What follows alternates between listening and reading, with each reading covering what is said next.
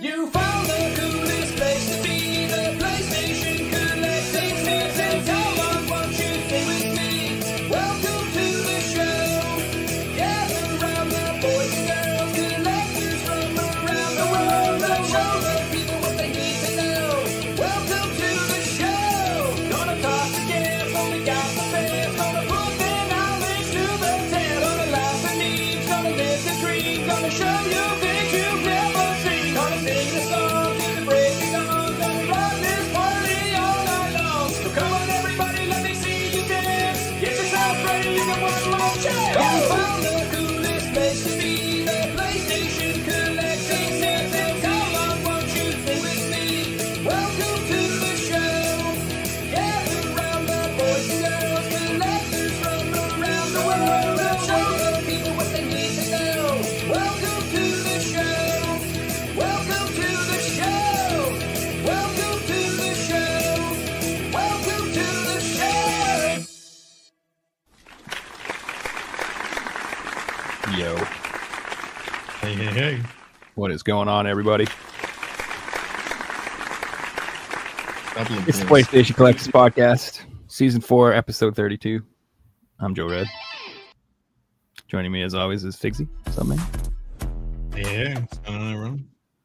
And our special guest today, all the way from Italy, Nicolo Rossi. How you doing, buddy? Hey everyone. What's up, Nicolo? So we're doing a little European show, just like the 8 a.m. here. Figured we get the chance for the European people to actually watch the show at a reasonable time, and yeah. But I might be a little low energy. My coffee hasn't even kicked in. It's early. It's usually when I start my job. I feel like I'm starting my job. God. Yeah, I couldn't do a show at 8 o'clock. That'd be rough. It's all good. It's all good. But how you doing, Nicolo? Looks good to see you, man. Thanks for coming back. I'm fine. Thanks for having me back for the, what is this? Fourth time? I can't remember well. Third, fourth, yeah, it's Something like that. plenty of times. Always It's been a while since I've pleasure to seen you come for back. sure. Always a pleasure to come back with you guys.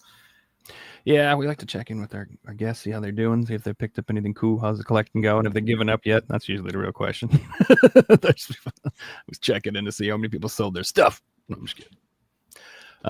But yeah, I hope the pickups have been good. You've been buying, finding anything good lately, or playing anything good lately?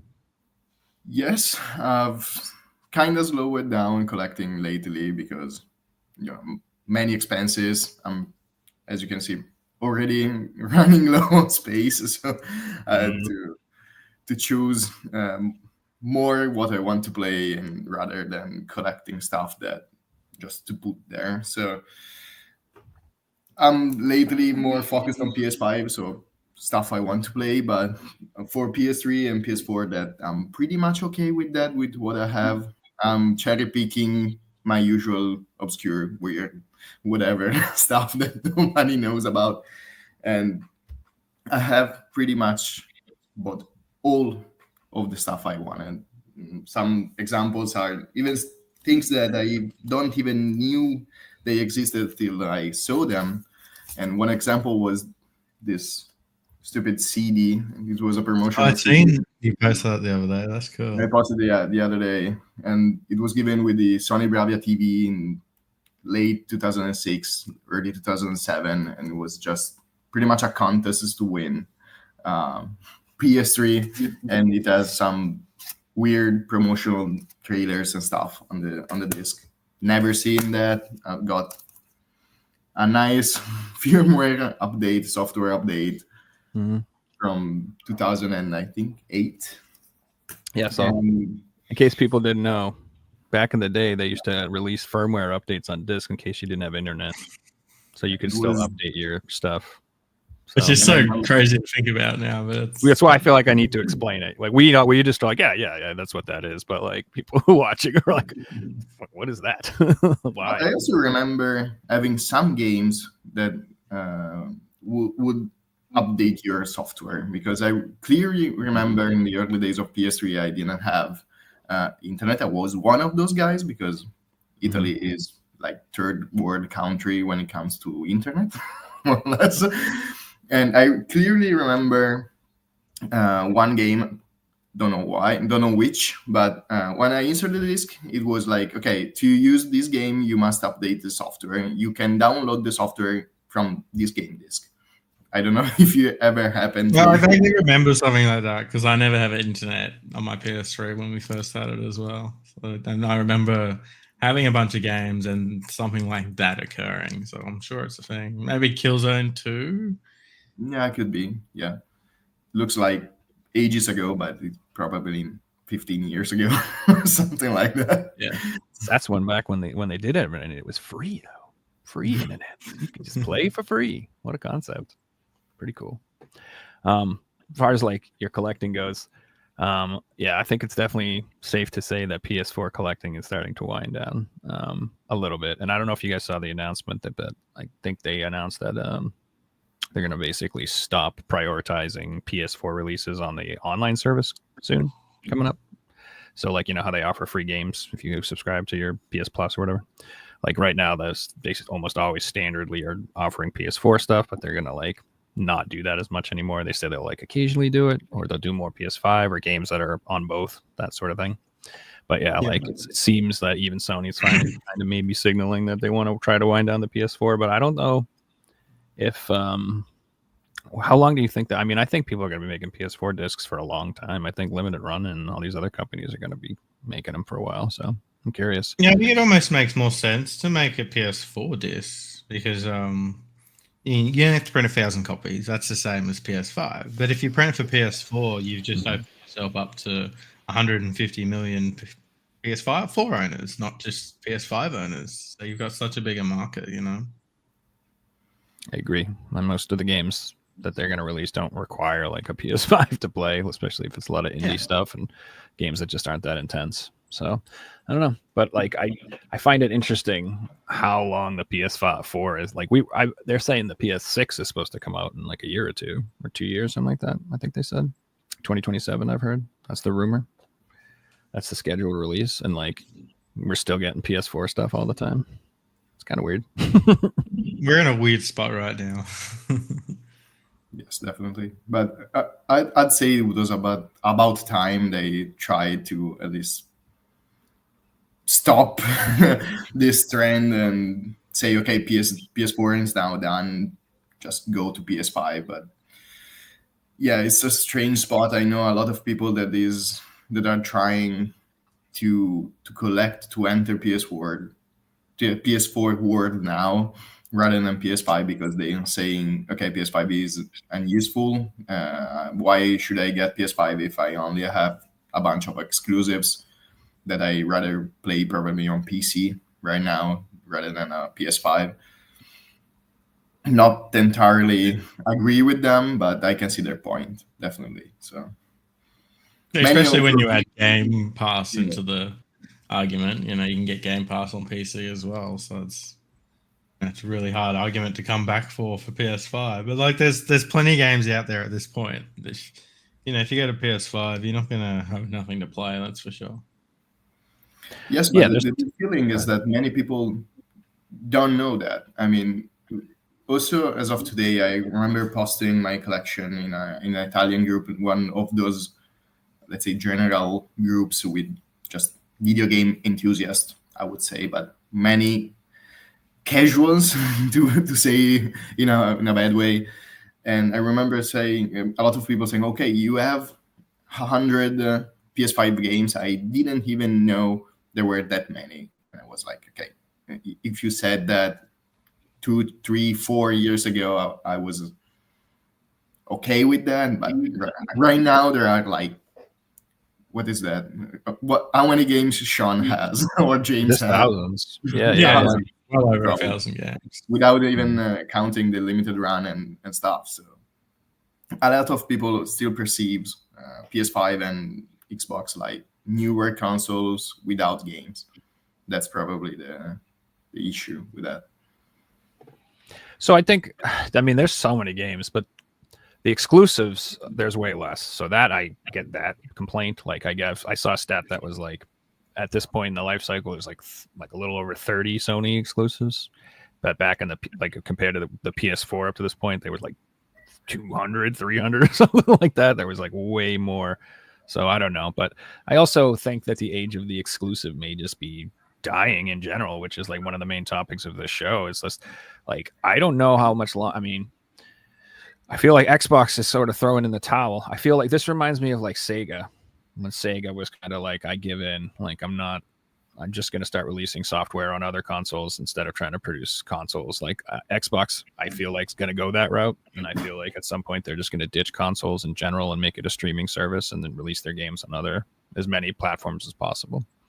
That's what seems to be their strategy.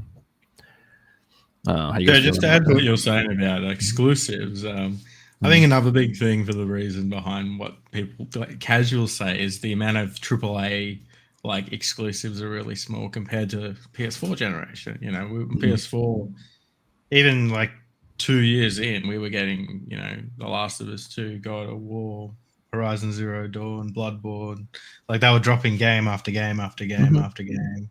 And you were still getting games, but it's 1 or 2 a year compared to what it was, that's for sure. Yeah, Sony canceled everything they had planned. Well, yeah, they shot themselves in the foot. More fortunately, because if they were all gas or whatever, it's better that way. Mm-hmm. Yeah, the games as a service thing, I've never found it appealing. Like I know there's a market for it and it makes lots of money, but I've never been that type of gamer. Like I was, you know, I remember like when I used to play World of Warcraft when they started selling, you know, mounts in the shop and pets in the shop and stuff. Everyone was freaking out and getting mad. And like I come from an older generation where it's like, we're already paying you. Why am I paying you more for other stuff? You should just put this in the game for free. Like, especially when you were paying a subscription service back then. It's like, get out of here. I paid for you. I paid for the game. I'm paying a sub fee and you're charging me for nickel and dime me for costumes and crap. Like you should just be updating the game with that stuff. I get it. Free to play models. Got to make money somehow. I understand that, but I've just never been into that sort of stuff. So the fact that they were like putting all their eggs in that basket, how many do they have? Like nine of them or something they wanted to make. Probably The only one that released was Concord out of all the ones they could have released, which is just hilarious. It's like I've always found Sony to be the system for like amazing single player games. You know, games that you can put 30 to 100 hours into by yourself. You know, even more if you want to like completion it and then put it away and get another one. They've never had a limit on how many games that will come out for a system like that. It's it's a different direction they've gone down for sure. I mean, I get it because they keep giving you money even after the release in a pretty, if you can, steady way. But I also think that it was pretty much crazy and stupid because, as you said, when it comes to this type of market, there's just a couple of games that survives and just thrive. All the other ones are just trying to stay afloat and then ultimately go down in a year or two at best. Because right now, which are the main ones? Still Fortnite, okay, Warzone, and what else? Marvel Rivals. Well, there's a bunch of like gacha games and stuff people are addicted to. They're huge in Asia, games, overseas. But they're just probably not more than 10 distributed to many type of games. And can you still see me? You're frozen at the moment. Can hear you though, so don't swear or anything. Don't know what happened. My PC froze and wait a sec. It's all right. So yeah, I feel like I'm amazed. So I think what the problem is, and I think we all know what the problem is too, it's just like games are so expensive to make and the risk is so much bigger that I feel like they think that they need the monetization through microtransactions to make a game to sustain it, or they risk too much by putting into, you know, making these games that cost hundreds of millions of dollars, and if they flop, they get screwed. So that's probably, I think, the biggest reason we don't get a lot of new games. It was just, you know, everything was cheaper. Even like 4 or 5 years ago, everything was so much cheaper to make and to do. So the reality of the cost of everything going up is a huge problem, even for game makers. And then if you look back on that whole safety thing, what we have been seeing a lot of is old games getting remastered. You know, The Last of Us 2 remastered on PS5 would have cost a lot of money. I'm sure it made a lot of money, but like to me, that's not a new release. To Sony, it would be though. You know, these are the games that they're releasing. It's, you know, let's redo Horizon Zero Dawn because that sold well 7 years ago, and there'll be people who haven't played it yet, and we can resell it to them. Even Yeah, Final I mean- Fantasy VII, the first one, got redone for PS5. You know, I'll try just really quick to exit and re-enter because something went wrong with the driver of my webcam. Yeah, no Don't know problem. why. I'll try No to worries. get it together. No problem. So people complain about that, but at the same time, I'm honestly more excited about the Ninja Gaiden 2 release that's coming out than most modern releases because at least like I can be confident it's like functional and it's done and it's good already. Yeah, that'd be cool. Yeah. It's already out on PC, right? It is out on PC. The physical is coming out, I don't know, a month or two, maybe less. I don't know. What month? I think it's in February, to be honest with you. But yeah, you can get it on PlayAsian VGP if you want it. It's just going to be an Asian release. They have no other releases planned. Hey, I'm back. you back. Welcome back. Yeah, it looks good. I'm surprised we haven't seen Bloodborne remastered yet. You know, 60 frames per second. Like, there's clearly a market for it. I'm sure it'll happen at some point. People are pretty vocal about that, I feel like, in the gaming community, like in general. Well, just on that, I follow a guy, an Aussie guy, who he created the 60 frames per second mod for Bloodborne, and he got a DMCA like 3 days ago from Sony on his mod. So maybe they are working on it. They are for sure, but I feel like they're keeping that game as a, I don't know, launch title for the next console, or just to try to break the market or try to make a lot of money in a moment of need, because it's becoming a meme. They're releasing every type of remaster, remake, or whatever. The latest, what was that, Horizon for Zero Dawn, that was just I don't know why they even thought about that, but it's becoming a meme. So I played that on PS4 launch day. It was beautiful. Like, why are you remastering games like that? I could see that coming out as a launch title for the next console. They did Demon Souls for PS5. And that did well. That's one of the main. And prior to that, PS5. Demon Souls was the meme. Like, release this. It's locked to. The meme was it's only on PS3. If you want to play it, you need a PS3, and so many people just didn't have a PS3. But like, they didn't really change that by putting it on PS5. But it sold consoles. That's why I bought a PS5 day one. That game and Returnal, I believe, were the two games I wanted to play more than anything to get my PS5. I was just like, oh man, they both look so good. And I beat Returnal, and I didn't beat Demon Souls. Yeah, I'm so disappointed, bro. I didn't look up understand guides or like what to do, and like I like killed NPCs and like messed up my freaking like goodness and badness whatever meters and shit. I wrecked the whole game, and then when I finally looked up, because I was like, what am I doing? I don't understand this game. When I looked everything up, I was like, shit, damn it! I'm not doing the right thing. This is why it's so start hard. the whole game over, and I've meant to, but I haven't yet, because I don't know. I like my sanity. Let's pretend that this never happened. Okay. Yeah. I've actually beat it, and I platinumed it on my alternate account that you can't look up on PlayStation. It's my Japanese one. Yeah, it's all true. At one point, I intended to platinum it on, because I platinumed it on PS3 on the PAL version. I started on the American version and the Japanese, and I was going to do all regions, but yeah, I haven't done that. Yeah, that's gonna. But it's one of the few games that has different trophy lists for different regions, which is cool. I've never platinumed that. Not a single Soul game.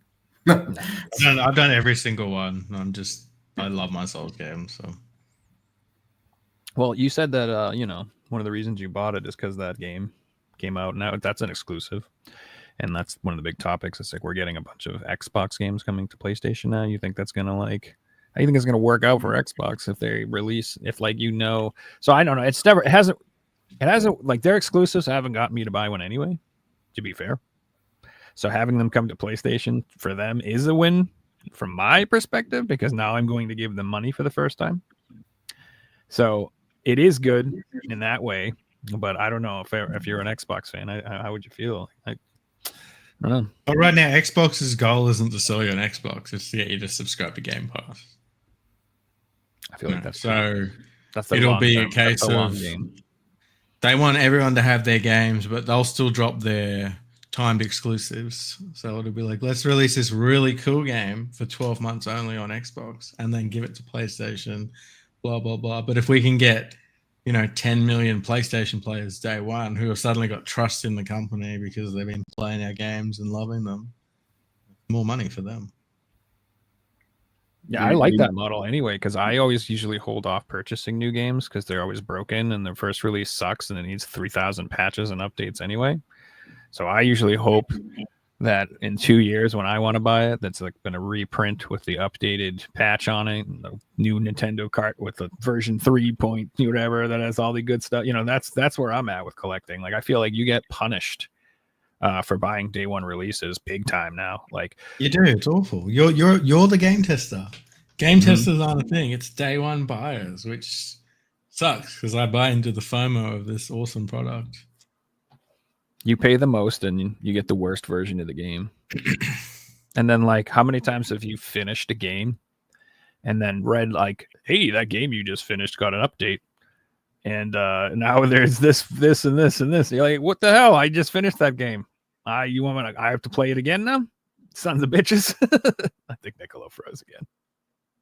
You just brought up PTSD, Final Fantasy 15, Chapter 13. They deleted it and redid it because it was that bad. And I did the original one. It was shit. When you're really loving a game and you're playing like 3 hours of the one level and you go from loving the game to I can't wait for this game to end. That's what that chapter did. It just killed the game for me. I get that in a lot of RPGs. Let's just call it RPG fatigue, man. Like I'm like 50, 60 hours in and I'm like, all right, enough. Days and nights. Like you start off doing 100% everything, and then you just headline for the main mission straight to the end.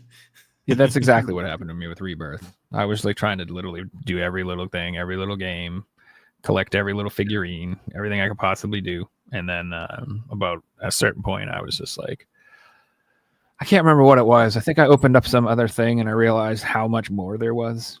Like because I'm like, I must be almost done. And then I opened up like the figurine collection stuff in the beach house. I don't know. I don't want to spoil it or whatever, but like I've done that. Yeah. There's like 1,000 things. I was just like, man, no, never mind. I want to play other things before I die. So I mentioned on last week's show, I just started Final Fantasy 7 Rebirth. I'm now like 45 hours in. I've been playing pretty hard. I'm loving it. So here's the thing. Like, I don't know. Like, I've heard that the rumors obviously that Rebirth is going to go to the Switch. Would you care if it went to the Xbox and the Switch? Like, I don't care. It doesn't bother me at all. Like, that's what I'm trying to get at with the age of exclusives. I think it's going to be more like timed exclusives, like you said. I think that'll be like what it is. Like, you'll get your Sony properties first on this, and then down the road. But maybe not too. Maybe the Switch 2 is going to create this niche market where, like, Xbox and PlayStation will decide they don't want to make handhelds anymore. They'll just sell Switch versions of their games to like satisfy that market for them. You know what I mean? So like me as a Sony collector who would want to play a game on handheld, instead of them having to come out with a handheld and try to sell it to me as a cartridge disc or download, whatever, just sell it on the Switch too. Take a little less money, but I at least can get my little portable version. I think that might be a solid. You see Nintendo like taking everyone's exclusives and keeping all theirs Nintendo exclusives only. So I don't think Nintendo will do this, but I think they're gonna. You'll never see their IP is so. No, I don't think you'll never give their exclusive to someone else. Yeah, unless it's a, let's say, third-party exclusive that they made a deal with, like Bayonetta or I don't know, that Pikmin or whatever, that are third-party developers. That's the only. Yeah, that's the only possibility. Also because they work because Nintendo fans and Nintendo gamers, the core of Nintendo fans and gamers are just let's say a cult or whatever. They just religiously buy and follow everything Nintendo does, and if someone like PlayStation or Xbox or Microsoft or whatever do the same stuff, people will hate them. But Nintendo do the same, it's just the best of the best as always. I think. Yeah, spot on. Yeah, the only And from my perspective, I don't understand that, and I don't know why people is so upset when exclusives go to other consoles. I mean, it's a good game. You love that. You should be happy that more people can play that. At least from my point of view. Yeah, that's what I feel. I don't care at all. So I own multiple different platforms. I play on PC, I play on Switch. I don't have an Xbox. That's the only thing I don't own. And I don't have anything against it. I just have enough stuff. I don't need any more stuff. I'm good.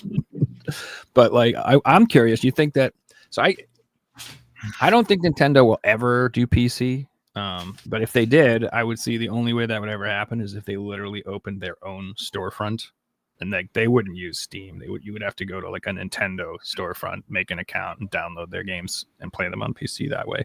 But so that's maybe but I think that's a super low maybe because they're also like so resilient trying to fight piracy, and like the PC is just, dude, it's terrible, man.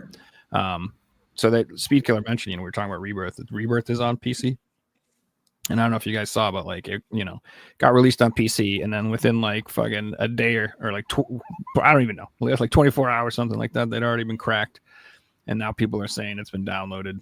Estimates, anywhere from 100,000 to up to 200,000 something odd times or whatever they're saying. And at the end of the day, that's not the worst thing because Square Enix have made their money already from PlayStation, and if 20 million extra people play their game, they might get 5% of those people who buy more of their games because they really like that. They'll get more who just illegally download them, but I've played crack games and turned into a customer before. Like that's the thing that happens, True. But I do think it's a good vision of the all digital future that these companies are going to have to deal with. Like, say the consoles do die and it's all like online only, download only, subscription services or whatever it is, they're going to be dealing with the same things that Netflix, the music industry, everything's dealing with. The piracy. The games are getting cracked pretty quickly. Like, there's plenty of PC games that I just played the crack version because why would I buy a digital game full price? Like Star. I know Stuff. It was on Game Pass, but I can't think of another example off the top of my head. But when games come out day one and it's $70 physically, you'll buy it. But when it's digital only and there's an option to legally download it and you don't really own that game, you're going to go the other route. It just is what it is. Yeah, and it's like, even if you like own the digital, some of these games are 80 gigs to 120 gigs to 160 gigs. They're insane. How many can you fit on your hard drive? So if you can't, that means you'll have to have access to them again somehow. So I don't know how you deal with it. I think it's going to suck. It's going to be all like streaming and freaking cloud games. Like that's what it's like. It's all going to be like, it's all just it's a rental. They're going to turn it from play once. The experience it is now to more like the old arcade experience where you would walk in with a $20 bill in your pocket and play games and leave with nothing. Maybe like some tickets, but you're not, you know what I mean? It's like, they're trying to change the model. Like you won't own anything. And I don't like that. But I mean, we're set. We'll have games to play for the rest of our lives and never have this issue because I can uninstall them and reinstall them. And most of them work, I think. Hopefully. Yeah, most of the old ones work. Maybe not some of the modern ones. And if they do work, they might have like glitches that need to be patched because you're like this is the problem, right? You know how we talked about you're the game tester? If fast forward 50 years and you go, I'm going to play these games when I'm old, you're playing that day one version if it's never been used and updated, blah, blah, blah. You know, it mightn't work. There mightn't be an update anymore. Like, this is the reality. All your PS2 games work, your PS1 games, you know, NES, N64. Suddenly, when you get into PS3, especially the later ones, you've got that issue of updates and patches and all the shit that won't be there forever. Yeah, sorry, go ahead, Nicola. For me, this stuff is a main point, and if you consider also discrediting or consoles slowly dying and breaking down, and you cannot maybe repair them anymore. So I think that when it comes down to preservation, is a mix between physical and digital, but where digital is something, let's say, open source or private owned. Because I know a lot of people that are collectors, but they collect games with just the purpose of dumping them in some kind of web archive or whatever. Because if you consider only physical copies, many stuff will be lost today. Oh yeah, no, you're right. The digital is actually the ultimate form of preservation in the long term, and it's going to be the ultimate form of ownership if you can download them and have like piracy, right, is actually right now the best preservation going for retro games, big time. It's way better than anything else. Like Nintendo Switch Online blows. It's got like a bunch of shite and it's missing like 90% of the good games. So like the digital is that. For me, it's a matter of property ownership in the current generation. So I don't like to steal stuff that's like for sale. Still, like I just find that part of it a little like immoral. Like I don't care about downloading old Nintendo games that I'm not paying $1,000 for $3,000 for Little Samson or some shit like that. I'm just gonna play that for nothing. I don't feel bad about that, but I don't want to steal games that are for sale from company like Switch games and PS4 games and PS5 games. Like I don't want to do that. So I like purchasing them, and I like the physical media because I feel like I still have a sense of ownership over what I've purchased, where digital is a rental. It's just throwaway. It's immaterial. I don't know. It's got other benefits too. Like I said, I enjoy collecting. I like the artwork. I like trading. I like selling. I like all that stuff. There's a lot of benefits to having it as well. I just don't like, it just sucks that where, you know, they want to phase out physical media, and I'm just like, it's a mistake. It's like one of the core audiences that you have that will pay for stuff. So if you want to abandon a huge portion or at least a substantial portion, I think, of your audience that pay, are guaranteed people who pay, then that's fine. Maybe they will pay for digital, maybe they won't. Maybe they'll be like me, and their plan is to just buy all this stuff now and just not buy new stuff as much and just play this. That's my plan. The Switch 2's got me going for the next 8 years too, because they're going to be physical media. So yeah, it's interesting to think of what you will do, because like I'd say that now, but if I look at music, for example, like you know, I've got subscription services for music that I use. You know, I've still got CDs, but not many, and I'm trying to beef up my CD collection now. But you buy old CDs, right? Yeah, I've got a limit of $1. I don't spend over $1, so I'm not going to get the good stuff. Yeah, but I still like collecting old stuff. With the music, it's a little bit different because you have Spotify, where there's 90% of the stuff we want to listen to, unless it's something really small, niche or whatever. But all the major artists are there, and you pay one subscription.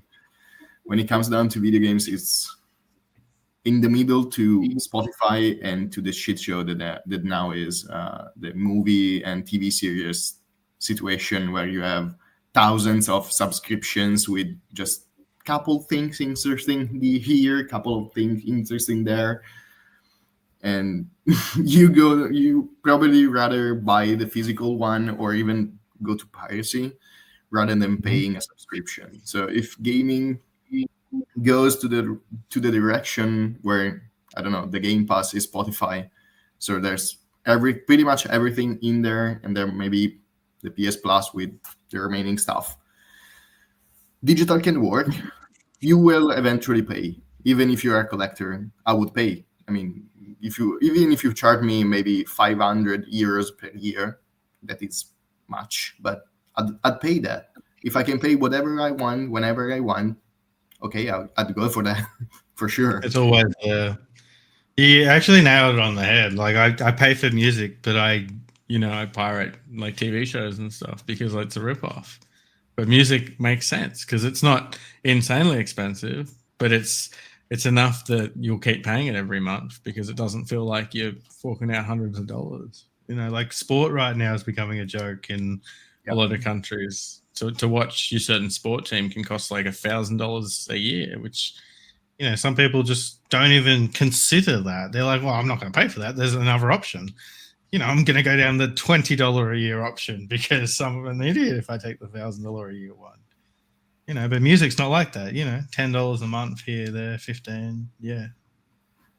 I remember seeing a meme saying that nowadays streaming companies are more and more forgetting that their entire existence is based on being slightly more convenient than piracy. It's almost like they need to merge with these other companies, buy the shows, and do it that way instead of spreading out, which is what's happening. Crazy. Yeah, so I'm completely in agreement. Right? Like the streaming stuff, I don't.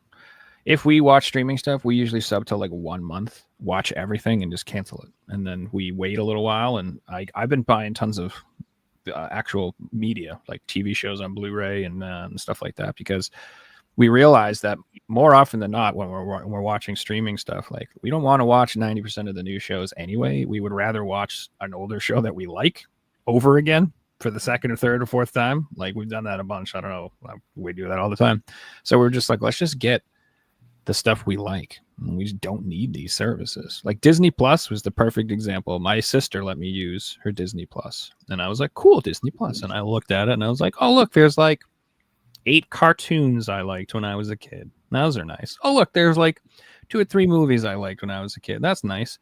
I'm like, oh, cool. I like the Marvel movies. Let's watch those. And then I just realized that's like 20 things total.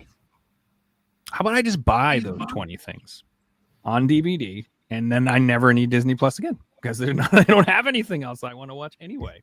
And if they by some miracle release something, I'll just buy a month and I'll watch it and that's it. I'm good. Like there's no reason for me to just pay month after month after month to watch the same 20 things that I like. Well, to add to that, Joe, anyway, 15 of those things could have been changed because it wasn't politically correct anymore. So it's not authentic. Well, that's the future. That's a whole other argument. Yeah, that'll happen way more down the line, but maybe not. I mean, it seems like the pendulum's swinging the other way right now as far as censorship goes. At least over here, shit's been wild. Yeah, it's been crazy. But usually, what you do, guys, in the States, more or less affects all the Western world in a way or another. So basically. Yeah. So, I mean, I don't know if that's a good thing or a bad thing, but yeah, I don't know. I just feel like people are waking up on coming back to reality a little bit, which is good. Or at least stop letting everybody bully them, which is really what was going on. People were just being bullied into silence for the last decade, and everyone's kind of like, hey, actually, shut the fuck up. Shut up. You're dumb. And that's kind of nice. It's refreshing. That's how it was for, like, the entire history of Americans. We were all like, fuck you, it's a free country. We can say what we want. It's not how it used to be. And then it's like everybody, I don't want to get on all of this. Let's talk about games. So what was I going to say about, there was one thing that gives me hope to the future when we're talking about preservation. You know how you were talking about like the systems failing, hardware failing, and that's like one of the problems with the physical media. There is a light at the end of the tunnel. There is a new dawn arising where people are making new stuff with like FPGA, there's like a new PlayStation 1 that just came out, FPGA. It's called the Super Station or something that guy made. It's just it's like a Mr. Pi FPGA, and he built it, and it looks like a little PlayStation, and he built a little dock where you can put discs in and plug in the controllers, and it plays real discs, real media, and it's region free. And it's just PS1 right now. That's all it is so far. But that's like a new console that hooks up to modern stuff that lets you play your physical media, and like that makes me warm in my belly happy. That makes me very happy that that is happening and people are making stuff like that, because if we can keep that energy going and get PS2s and PS3 someday and PS5s, I'm talking, down the road. I know the technology is no fucking, I understand. Don't explain to me in the comments. Me mean, I know there's a big difference between PS5 and PS1, but I'm just saying in the future, we can bring that energy of people like supporting it. Like, it's like how people still make new record players. You can still get a new record player, play your old vinyls. Vinyl's still a thing. That gives me hope that physical media isn't the worst bet. Anyway. Yeah, it's really cool. And, I think we will see a future where, assuming, Sony doesn't sue all these companies, that we will see like PS2s and possibly even PS3s, and in 20, 30 years down the line, when technology is that advanced, we may even see 4s and 5s. It'd be cool. Yeah. Or, just, like right now, I know most PCs don't come with disk drives, but you can buy external drives.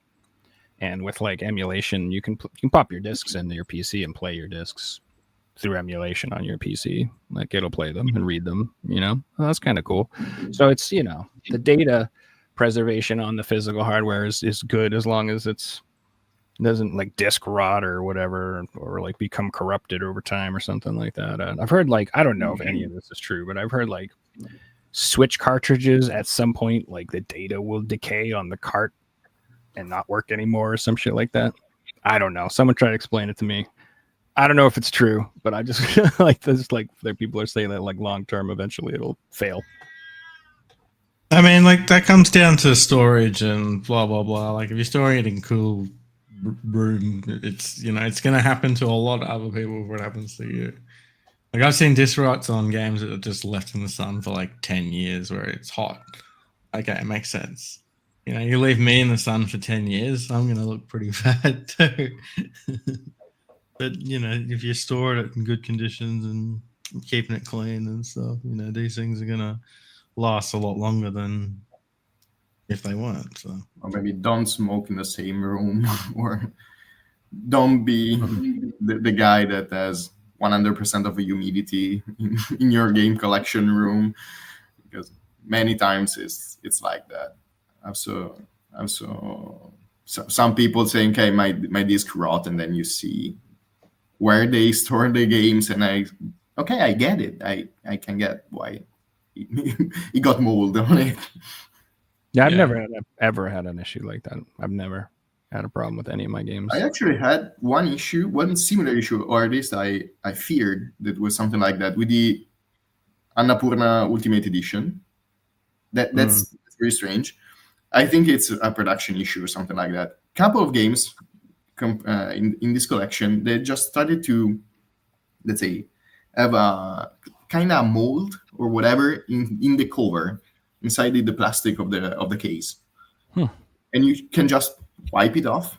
And not all games. I think it was a couple of them, like Telling Lies and Wattam. I think just those two, without any reason. That was the only time I had a problem like that, aside from a PS3 game that the guy scammed me, and it was left probably in a cellar for years, with probably even underwater, because the cover and the manual crumbled. I opened it and I just saw pieces of the manual and the cover just dusted like an ancient parchment.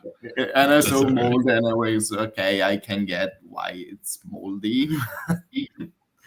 On that new game that had the mold, did it look more like just clear stuff that was on the disc and you could just wipe it off?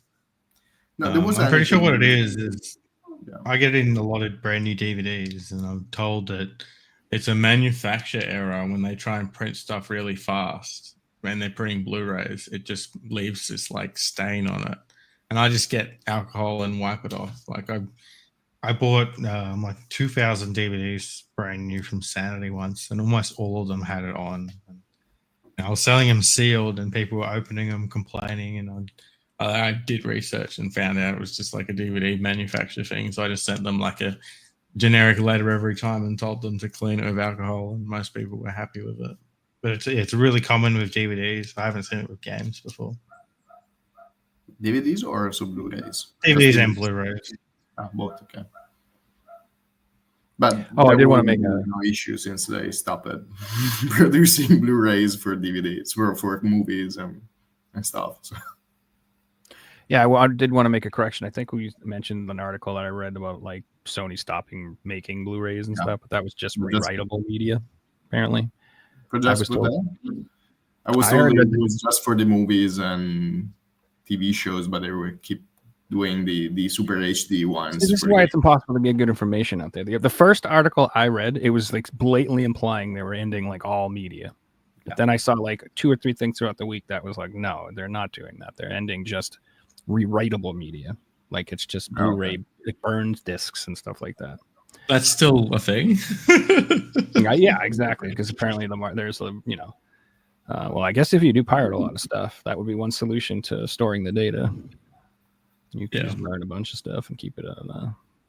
But anyway, so I don't know. I can't. I'm dumb. I don't know what's going on. Don't listen to me about anything. Yeah. Remember when they used to sell DVD players that used to record? Imagine that today. Like the shock horror at these companies knowing that you could record and keep it forever. Oh yeah, that's how VHS was, baby. We used to tape stuff off TV and all the time, make our own stuff. And then we used to buy blank tapes and tape stuff off the radio. You'd get you'd have a song that you like and you'd have to record it, and you'd have some guy be like, "This guy really gonna go to New Def Leppard" right at the beginning of the song. I still have the old original days of LimeWire, and you're downloading that song, so you've got like some radio guy talking at the start or the end of the song. Oh, I never had that happen. I would be pissed. I downloaded it and had that on there. Yeah, it happened to me. Yeah. You want to? Did I tell you the story about when I bought Evil Dead 2 from a video rental store? It was on the tape. Did I ever tell that story? No, maybe I did. I feel like you have, but I can't remember. I'll tell it quick. When I was a kid, Evil Dead 2, like you couldn't buy it in a store. Like it wasn't available. Like there were no VHS releases that you could purchase. The only way you could buy it is if you bought it from a video rental store. And it's very expensive. They charged you like $100 to buy a tape from them. So I did it because I really wanted Evil Dead 2. Like I really wanted it. And when I brought it home and watched it, it wasn't Evil Dead 2. I put it on and it was like somebody's home video of their wife giving birth, like a breech birth. It was like really fucked up. And so I brought it back. And then it turned into Olympic skiing after that. It like fuzzed out and then it went into skiing. So this is all true. And then I went back to the store and I was like, this is not Evil Dead 2. And they were like, what do you mean? I'm like, you watch it. And I made them, they had this like little section of the store that was like for little kids to watch like Barney and shit like that. They had like little chairs and this little purple TV. And they were like, put it in, let me watch it. And it was some lady giving birth. They're like, what the hell? And I'm like, exactly. What did you sell me? It was really funny. The good old days. That was a good. So anyway, I made them find me and source me an actual copy of Evil Dead 2, which I still have somewhere in the old rental case. I still have it. It's in the snap clamshell cases. Yeah, that's. So back in VHS tapes, just you had the label on the front that said the name. It's like that was it to distinguish them apart. You know, how easy would it be to take the label off, put something else on? Well, the home ones, yes, but if you bought a movie, it had like a printed label with the name of the movie on it, but they had just like peeled that shit off and put it on there. Crappy. Yeah, didn't Joe Valley say that's what he used to do when he was there with his Street Fighter games? He said he used to rent whatever the newest version of Street Fighter would come out. He would rent it and like peel the label off his old version of Street Fighter and put that back in, and then keep like the Turbo Edition and return the regular one. You know what's funny with that? Is the next, if a kid rents it for the next 3 or 4 turns, they're just playing a Street Fighter. They got no idea. They don't know. By the time someone's pointed out to the video shop, it was like 10 rentals ago. That's funny. Hey, this isn't the new Street Fighter. Never thought about that. Do you guys have a video game rental in Europe? Do you guys have that when you were kids? Do you have like Blockbuster and shit like that?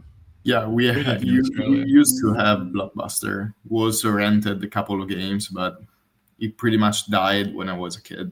I remember riding the store when it closed, so it has these huge promotions with the small amount of games they have, and I just went there, bought everything I could. But it died, I think, in 2010. At least the shop in my town. I don't know when it came down to Europe and Italy. By the way, there's a sad news or maybe good news, depends on how you watch it. GameStop went out of business in Italy. This Germany this as is- well. So Germany is already being closed, and I think they just closed down. Here in Italy, they sold it to a local chain called Game Life, that is an Italian ripoff of GameStop. And, yeah, at first, it came out in a news like the one of Blu-rays, so it looks fake because I can't believe that. The Game Lives, they used to have like, I don't know, 20 shops at best, just in the northern part of Italy, and they're pretty much bad. They're just GameStop with fewer games, bad, even worse prices, and a ton Yeah. of crap like Funko Pops, Legos, mangas, and whatever, that just nerdy stuff or geek stuff. But it came out as a true true thing, and I don't know how it will evolve, because there's still GameStop at least till probably May, and they will all change into Game Life. The only positive stuff will be still having retro games in shops, because Game Life also have PS1, PS2, PS3 stuff. Just barely anything, but you can still find something. That's how it is in a lot of places I go to. There's not. I mean, there's always like a ton of low end PS1 games, but like nothing ever. Like all the good stuff is like nothing. It's hard to I think it's find. got one of either two ways to go. Like it'll be like that with nothing, or they'll have everything and it'll be more than eBay prices. Well, that I always see.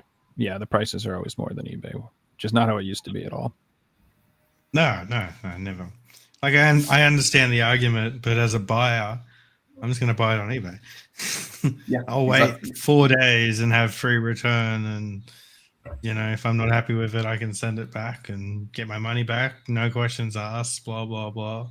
Like that doesn't happen in a shop. Like if you buy something, sometimes it's final. It's like, but it mightn't be the right thing. It might be a different region, or you find out the manual's got a page ripping at the back, but there was no returns in the shop. That doesn't happen on Amazon or eBay or anything.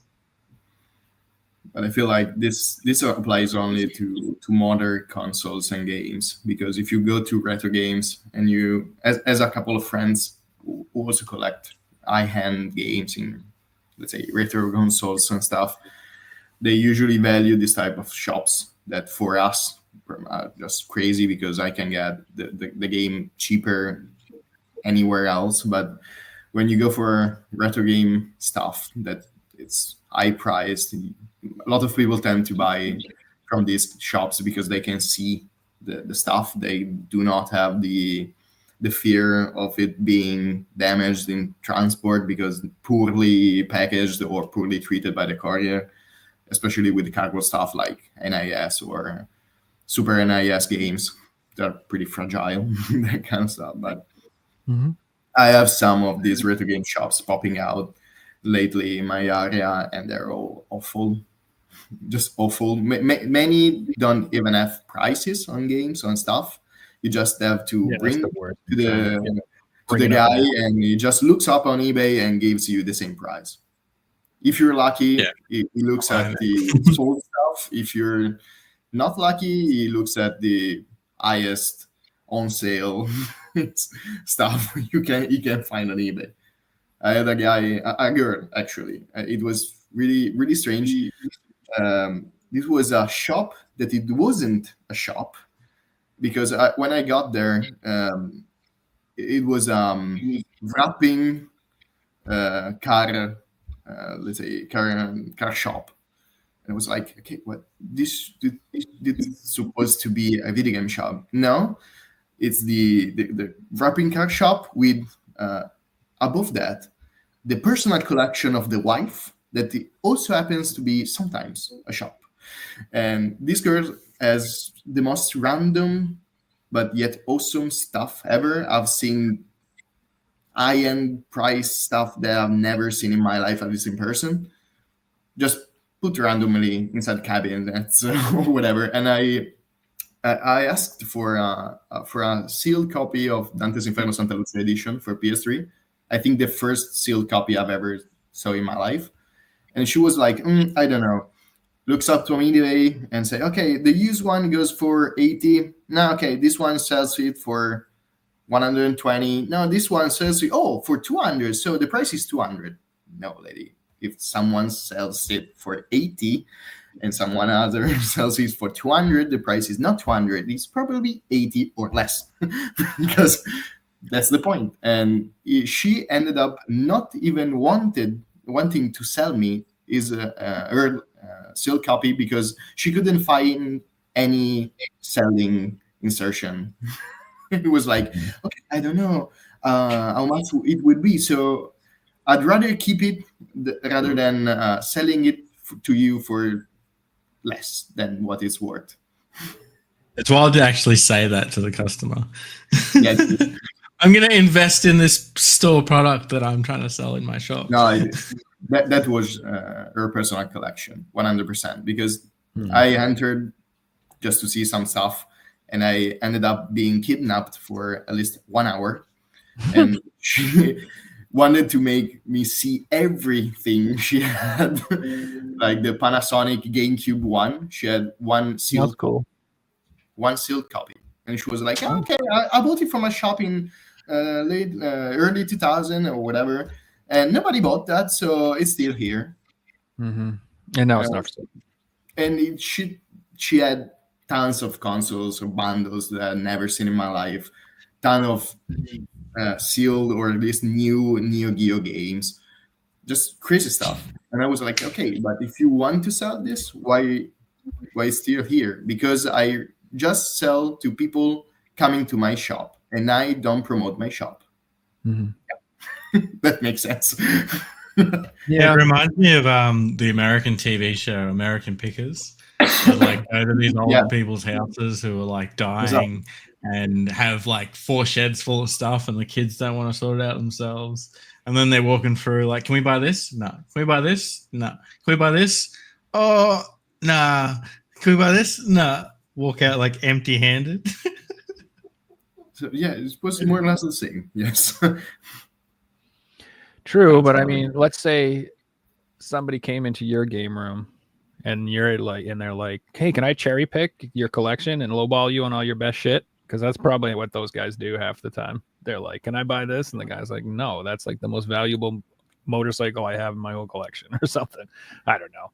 I could see that. There's a difference between your house and actually having a store where people can go and have a look at things. That's the point. I mean, if someone goes in your room and say, "Okay, can I buy this?" you rightfully say no, it's not up for sale. But if you open a shop with your personal collection, it means that it should always be, anything should be for sale. So. Well, a lot of those people too, what they'll do is they'll take something super rare and they'll put it in their shop and they'll put a dumb price on it, like way too much price on it, because in reality they don't want to sell it. They want to have it there as like a piece for people to talk about and have a reason to come. So like that, you need to have like interesting stuff in your store to get people to come into your store. So I feel I can use a good example. When I was in Seattle, there's Pink Gorilla, and right next to Pink Gorilla, you got this cool shop called Owl's Music, and like I got some awesome stuff in there. But in the window, they got all like holy grail stuff, and it's just like double eBay price because the intention isn't to sell it. The intention is so you look at the cool stuff, get lured in, and that's buying other stuff. Yep, it's so they can post it on the internet. Come to my shop, and they have a box TurboGrafx, and they have brand new Dreamcast, sealed watermelon N64 controllers and stuff, all that crazy shit. And then you go there, and it's like it'll be double eBay prices, and if one sells, they buy one on eBay and replace it. Yep, that's exactly. So there's no loss, exactly. So if you really want to pay it, there you go. But I'm just like you said, they can just replace it. Smart. I get that. But yeah, there's probably like 12 bad shops for every good shop, but there are good stores still. Don't. You guys shouldn't give up on that. I mean, if you look around, you can find good stores in your area, depending on how far you want to drive. Not for me, unfortunately. They're all like that. There's a lot of crappy ones. Like the ones that I get is like not only are they asking more for eBay prices, but like they do that regardless of condition. Like I've seen them ask for like $250 for a game, and I'm like, it's got no back artwork at all. It's just a case. It's a disc with the manual. I'm like, this is, and then like $250, and I'm like, I mean, you could just buy this online for $200 and it's complete. Like, why would I ever do this? It doesn't make sense. Like, this should be a disc and a manual separately. Like, you should be charging $100 total for this. Like, they don't. I don't know. Like, it's that makes me. Buying it. If they're buying it, hey, that's their life. Well, that's what's crazy is you go back and that thing's sold. And I'm like, maybe they sell it online. I feel like a lot of the stores now, they just sell stuff online most of the time. There's a lot of people that do not know what they're buying and what it's worth. True. Lot of new collectors, what of new people coming into this hobby, and they just see these type of prices online and they assume that it's the right price. It's what it's worth. And a lot of people, also a lot of my friends, that are collecting pretty much hard in a hard way. They have a ton of stuff. They mostly buy on Amazon, mostly buy on not that much on eBay, but on local shops. Like, let's say we have Vinted, that is the equivalent of Craigslist, I would say, something like that, or Mercari, maybe. And they just buy there. If they can't find stuff there, it's super rare. Okay, it's okay to be pricey. They just don't trust looking into the internet. They just don't trust buying from other sources, and prices just go up. There's a lot of people buying PS1 saying, I've just found it in my what was that? My cellar, in my at my mom's, at my parents, or the best ones are I found that in trash, in a trash can, in a trash bag. I saw my neighbor throwing away his entire PS1 high-end games collection in perfect conditions, and I just picked them up, and you just realize that they bought it for market price. Another thing that a lot of people do, and it's not so much collectors, but it's gamers, like what Nicolo said before, casual people. So I'll use the Nintendo Switch, for example. Like, Switch games can sell on the secondhand market for $50, $60. But like, I sell a lot of things on eBay, and if I have just the card, I'm selling that card for, like, say it sells for $60 complete, I'll list it for $58, and I don't have any left over in my store. They've all sold. Same for disc only stuff, like $5 cheaper, because the person buying that, all they care about is playing that game. That's all they care about. And they're looking at two listings, $60 or $58. I'm going with the $58 one because I can play it. Like, and that's the audience. That person's happy at the end of the day, but they don't understand that it's not worth the same. And one day, there mightn't be that buyer out there who's looking for the incomplete one because it's not a game people want to play. It's only a game for collectors. So they might have trouble selling it down the line. But yeah, there are audiences, especially for newer systems like, your PS5, your Switch stuff, who they don't care about condition. They don't care if it's got a manual, if it's got the artwork. They just want to play it. Weirdos. Playing games, whatever. We don't. You don't care about if the manual and the map is inside? What the? You're never coming on this show. Tell you that right now. No, I'm just kidding. Don't care. It's so what I would never buy anymore online is I would never buy any Game Boy Advance cartridge, any cartridge shit anymore. There's so many fakes and frauds and cheap Chinese knockoffs and repros, and I don't know, man. If you're like, especially if you want to buy something expensive, like valuable, there's no way I would buy it online. I just wouldn't. I would want to go in person, see the condition, open it, make sure it's real. It's crazy. I feel like that's not so much PS1 stuff, other than disc stuff. You got to watch out about fake printed stuff. People print shit and they won't tell you and they lie and they'll be like, it's complete. And I'm like, this is printed on a piece of cardboard with construction paper. What the fuck's this? This isn't complete. So we're seeing a big problem with reseals now. I've seen in the Facebook groups people posting photos of Switch games, and there isn't a game there. It's just like that googly eye because it weighs the same as a cartridge, and it was just resealed. And they've been buying this stuff from like Walmart online or Amazon online. And it's coming from, reputable sellers. And what's happening is people are buying it, opening it, returning it, and the stock's going back into the system as sealed, but it's, fake. The cartridge is being ripped out. And like I mentioned before, these people are selling those cartridges for retail price.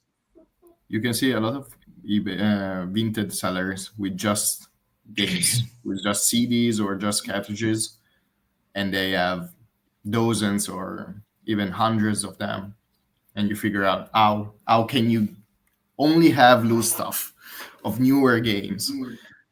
And I also knew a guy, and it coincidentally is the guy who sold the PS5 dev kit with a slice of pizza inside. It was the same guy, and he was, or probably still his, video game collector, but he only collects CDs. He doesn't care about the covers and stuff. And he used to open this. He buys the game seal. He just open it, take away the CD, replace it with a, let's say, random virgin one, and sells it like sealed, but with a long ass description with random stuff written inside, and somewhere he hides this is just a cover. There's a disc inside, but it's not the game. And he sold hundreds of them. That's saying crazy. that 90% of the games he sold sealed in this state. Nobody complains because nobody opens them. So there's a ton of rare and even weird stuff that I probably would buy in this state. And he's not the only one, for sure, doing this shit. it's making me want to open. I've bought games Right before now. that have been resealed, and like it's important to know what sealed games actually look like and what they feel like, and where the seal strips are and what the seals are meant to look like. He and doesn't. feel like. He was opening them with the with vapor. Is it vapor? Okay. And so the glue came off. He just slides the game off, does his stuff, and just replace it. But it wasn't opening them like tearing the seal apart and just using a machine. They were using the proper one with even the same, pretty much the same glue. So it was just a scam. Yeah. You can't even say, okay, I know it's a reseal because it doesn't have the PS stripe or the Nintendo whatever equivalent. That's the sneaky. seal was the seal was proper. You can tell the difference. You can tell it was open because either at the top of at the bottom, the glue wasn't the same.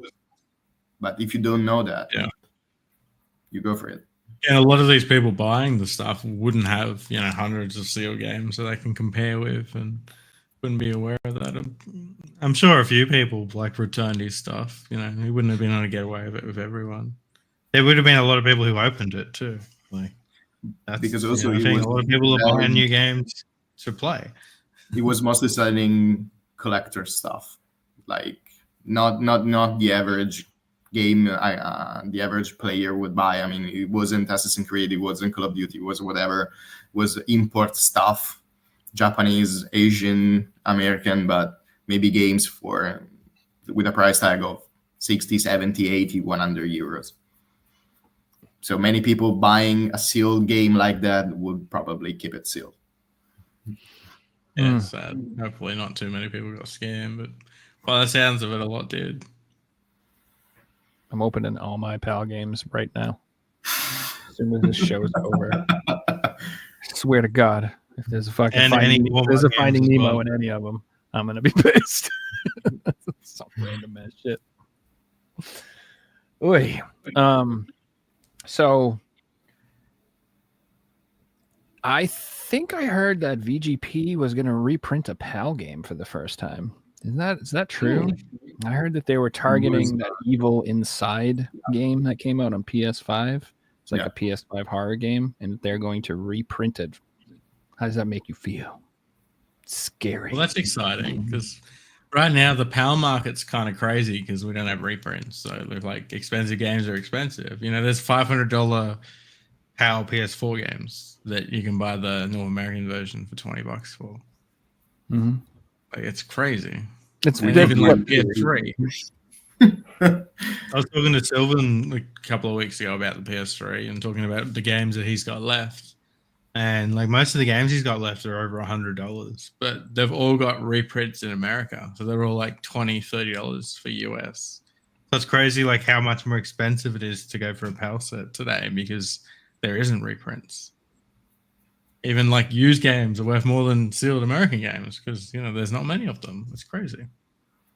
Yeah, it's strange because like while they're on market, like right now, most of the PAL games are cheaper than the American games, some of them. But then like I think the Trails of Cold Steel reprint is going to flip the market on those. We talked about that a little bit in our private chat. Yeah. Suddenly the PAL ones will be the expensive ones because that's going to be the rare one. Yeah, because they won't change in price. Mm-hmm. They were always 60, 70, $80, but now the American ones have flooded the market. These ones have suddenly gone from, you know, up here to down here, and these ones are the expensive ones, and they might creep up in value. Crazy how things happen. Like Painkiller on PS3 is expensive in the PAL region, not the American region. Yeah. But the PAL market is very different from the US one because if VGP reprints something, I think it will reprint the English version or at least the multi-language one. And yeah, the UK this will version, affect only the games that are for the English market because many PAL games are localized. So there's the only Italian cover, only French cover, only German one. So if you reprint the English one, probably it won't affect the other regions, the other countries' versions. Or maybe they will even increase even more because at this point you could buy a cheaper English version that is always the second option for every single one of us. But it depends how crazy video games both want to get into it.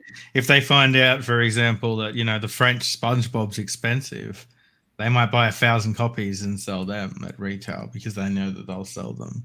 But it's a very specific thing, so they have to really look into it and be like, oh, we'll research the Australian market and we'll research the Italian market and the UK market. It's just so much easier to do what they're doing in the US, you know. And a lot of their buyers don't care anymore. They're just buying the US version because they play on their systems. You know, there's not many people like us who really care about what systems the games are on, if it's the PAL, if it's the American version. Like, as long as it's played in English, I'm pretty much happy these days.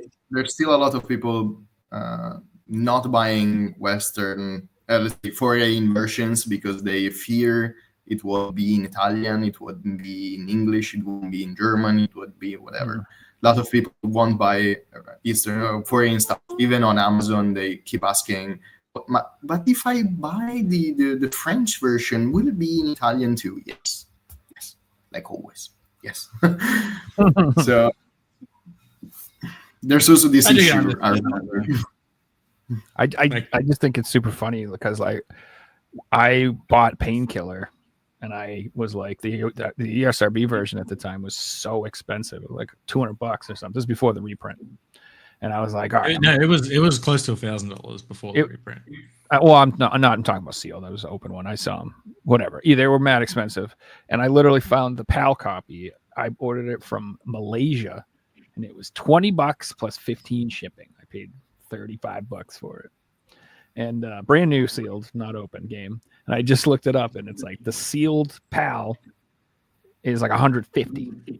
The sealed Australian's like 100 something, 50 something. There's no sealed Australian. It's just PAL, yeah.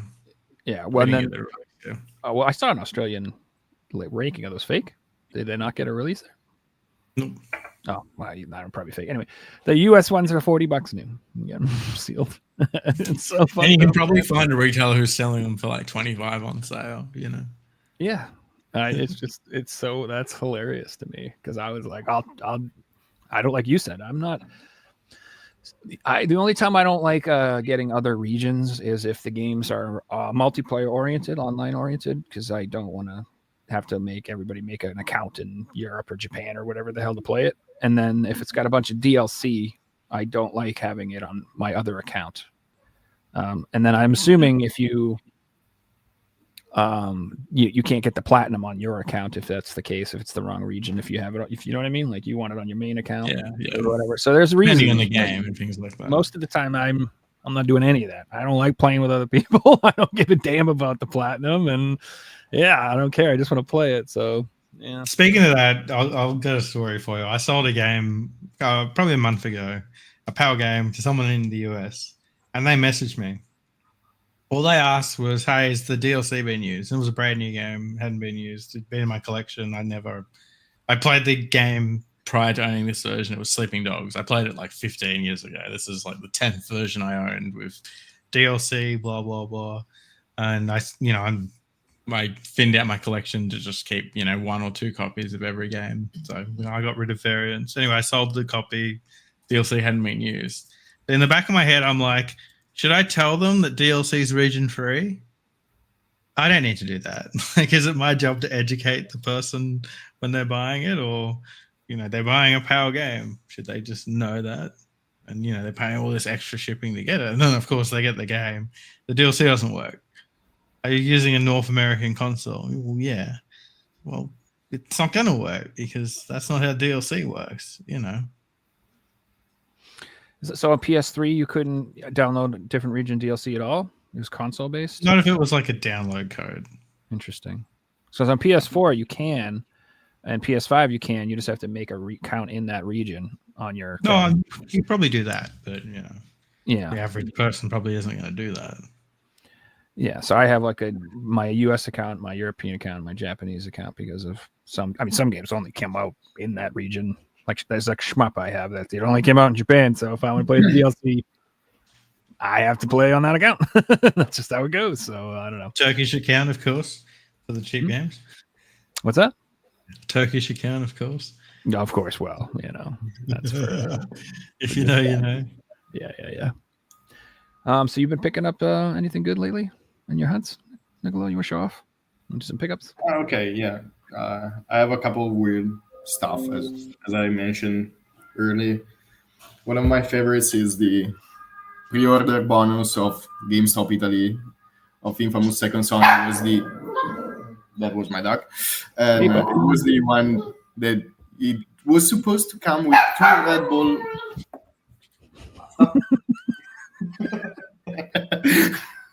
As soon as we put the camera on, it was like, all right, time to show and tell time. The dog's like, rawr, rawr. With 2 Red Bull cans and a pack of glow-in-the-dark condoms. Of course. Why wouldn't you sell that? It was a good idea. They ended up changing the caption without mentioning the condoms, and they it's called Second Son. I don't even know that. I don't know what I don't know why you did it in the first place. I don't even know why you change it down the line, because the damage was done. So better roll with it at that point. But that one's brand new and not used. I even thought about creating a fake one myself.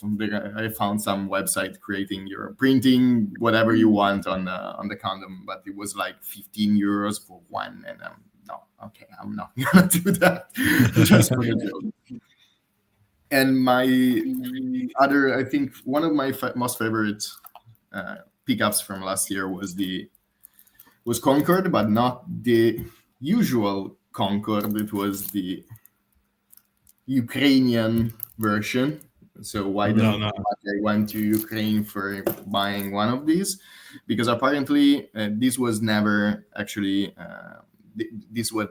had never hit the shelves of markets, because due to war, the copies were printed in, let's say, late, and they reached Ukraine when the game was already being pulled from market and digital storefronts. So they just got there and went to the destruction site. But a guy just found three boxes of 15 pieces each. Nice. And I happened to meet a guy that knew another that knew the guy who found the copies. So I managed Did to you meet get in an one. alley at 2 a.m. and like friggin' Yeah, was it like more or less like that.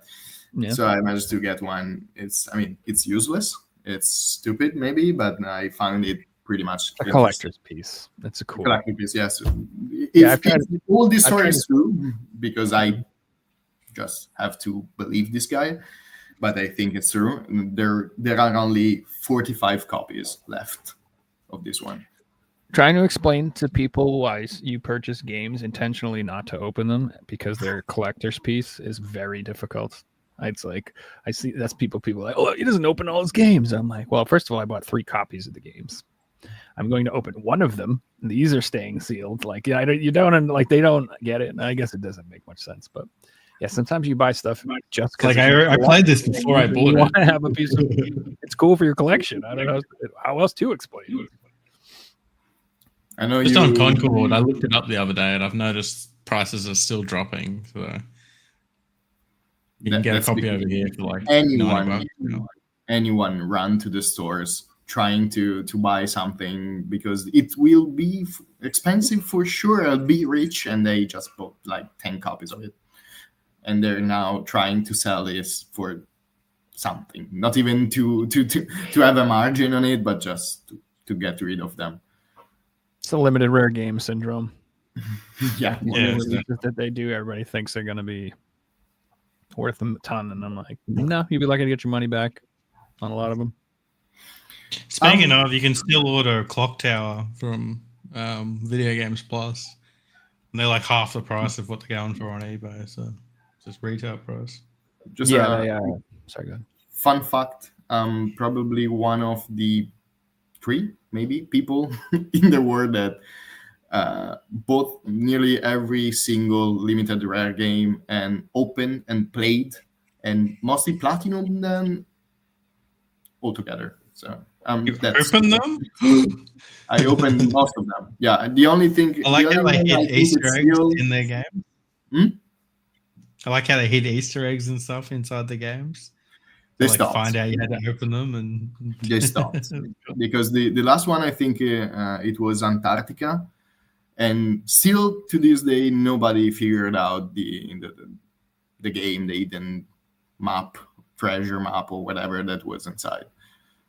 And I have no idea. I remember that getting released.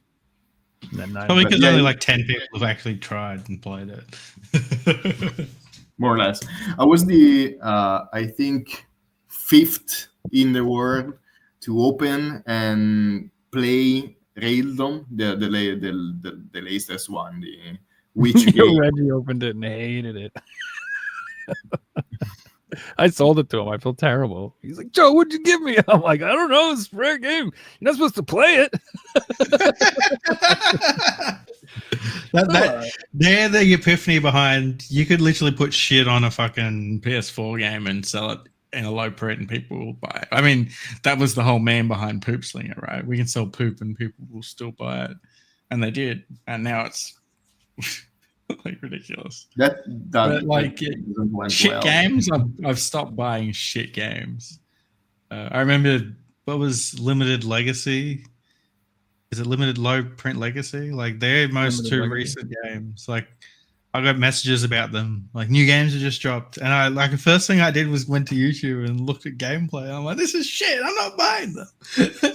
Like this is a game that I wouldn't even play on my phone. Like why am I gonna spend $40 plus shipping to buy this?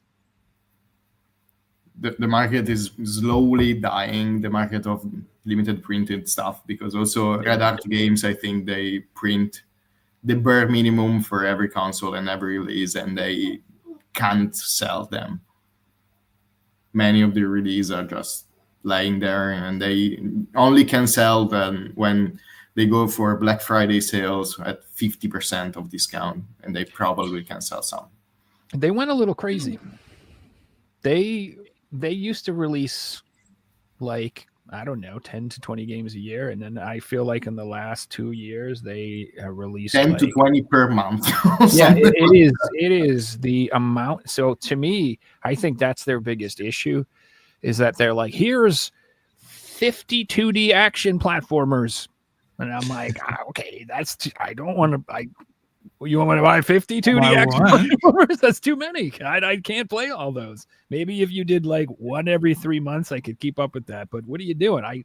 It's so many of them that I don't know. But I still buy their games. I have some pickups from them today. But you know what you can buy?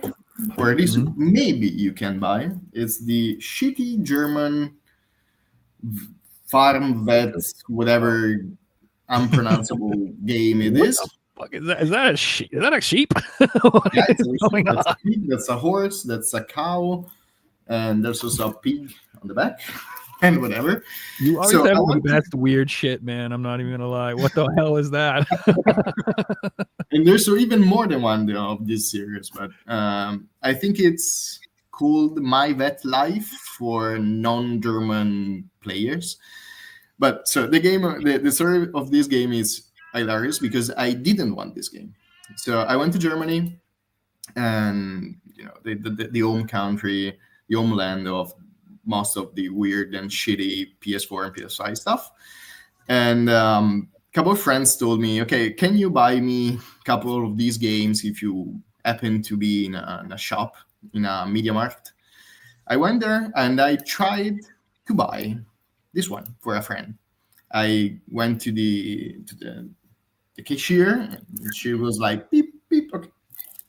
No, okay, I can't sell you this one. Why? Because this doesn't exist. I was like, what the fuck you mean? I mean, it's here. And it also had a big-ass label with super price drop, like 50% discount. So from 20 to 30, whatever, to 10 to 50. And I was at 15.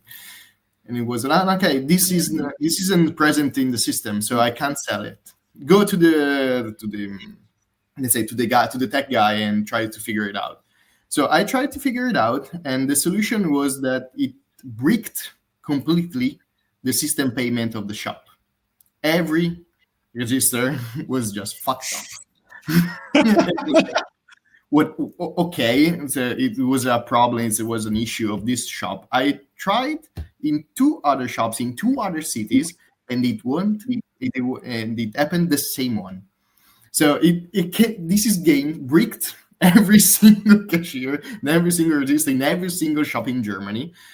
And if you try to buy it on Media Market Online, so online, it happens the same. So they cancel your order saying, okay, we can't sell this. No, it's not gonna happen. So the only way to buy this is from the publisher that is the same market and technique. So the rainbow shits. It's like LG. What was that? The publisher on NIS with the rainbow. LG, with the one that younger video game nerd completely fucked up. LGN. It's more or less the same. So you gotta go to Amazon.de, go to the publisher page, somehow find this insertion and buy it. It's the only way. And it's worth the effort, folks. Absolutely. You're not going to, I mean, you think Elden Ring is exciting? You ain't played nothing yet.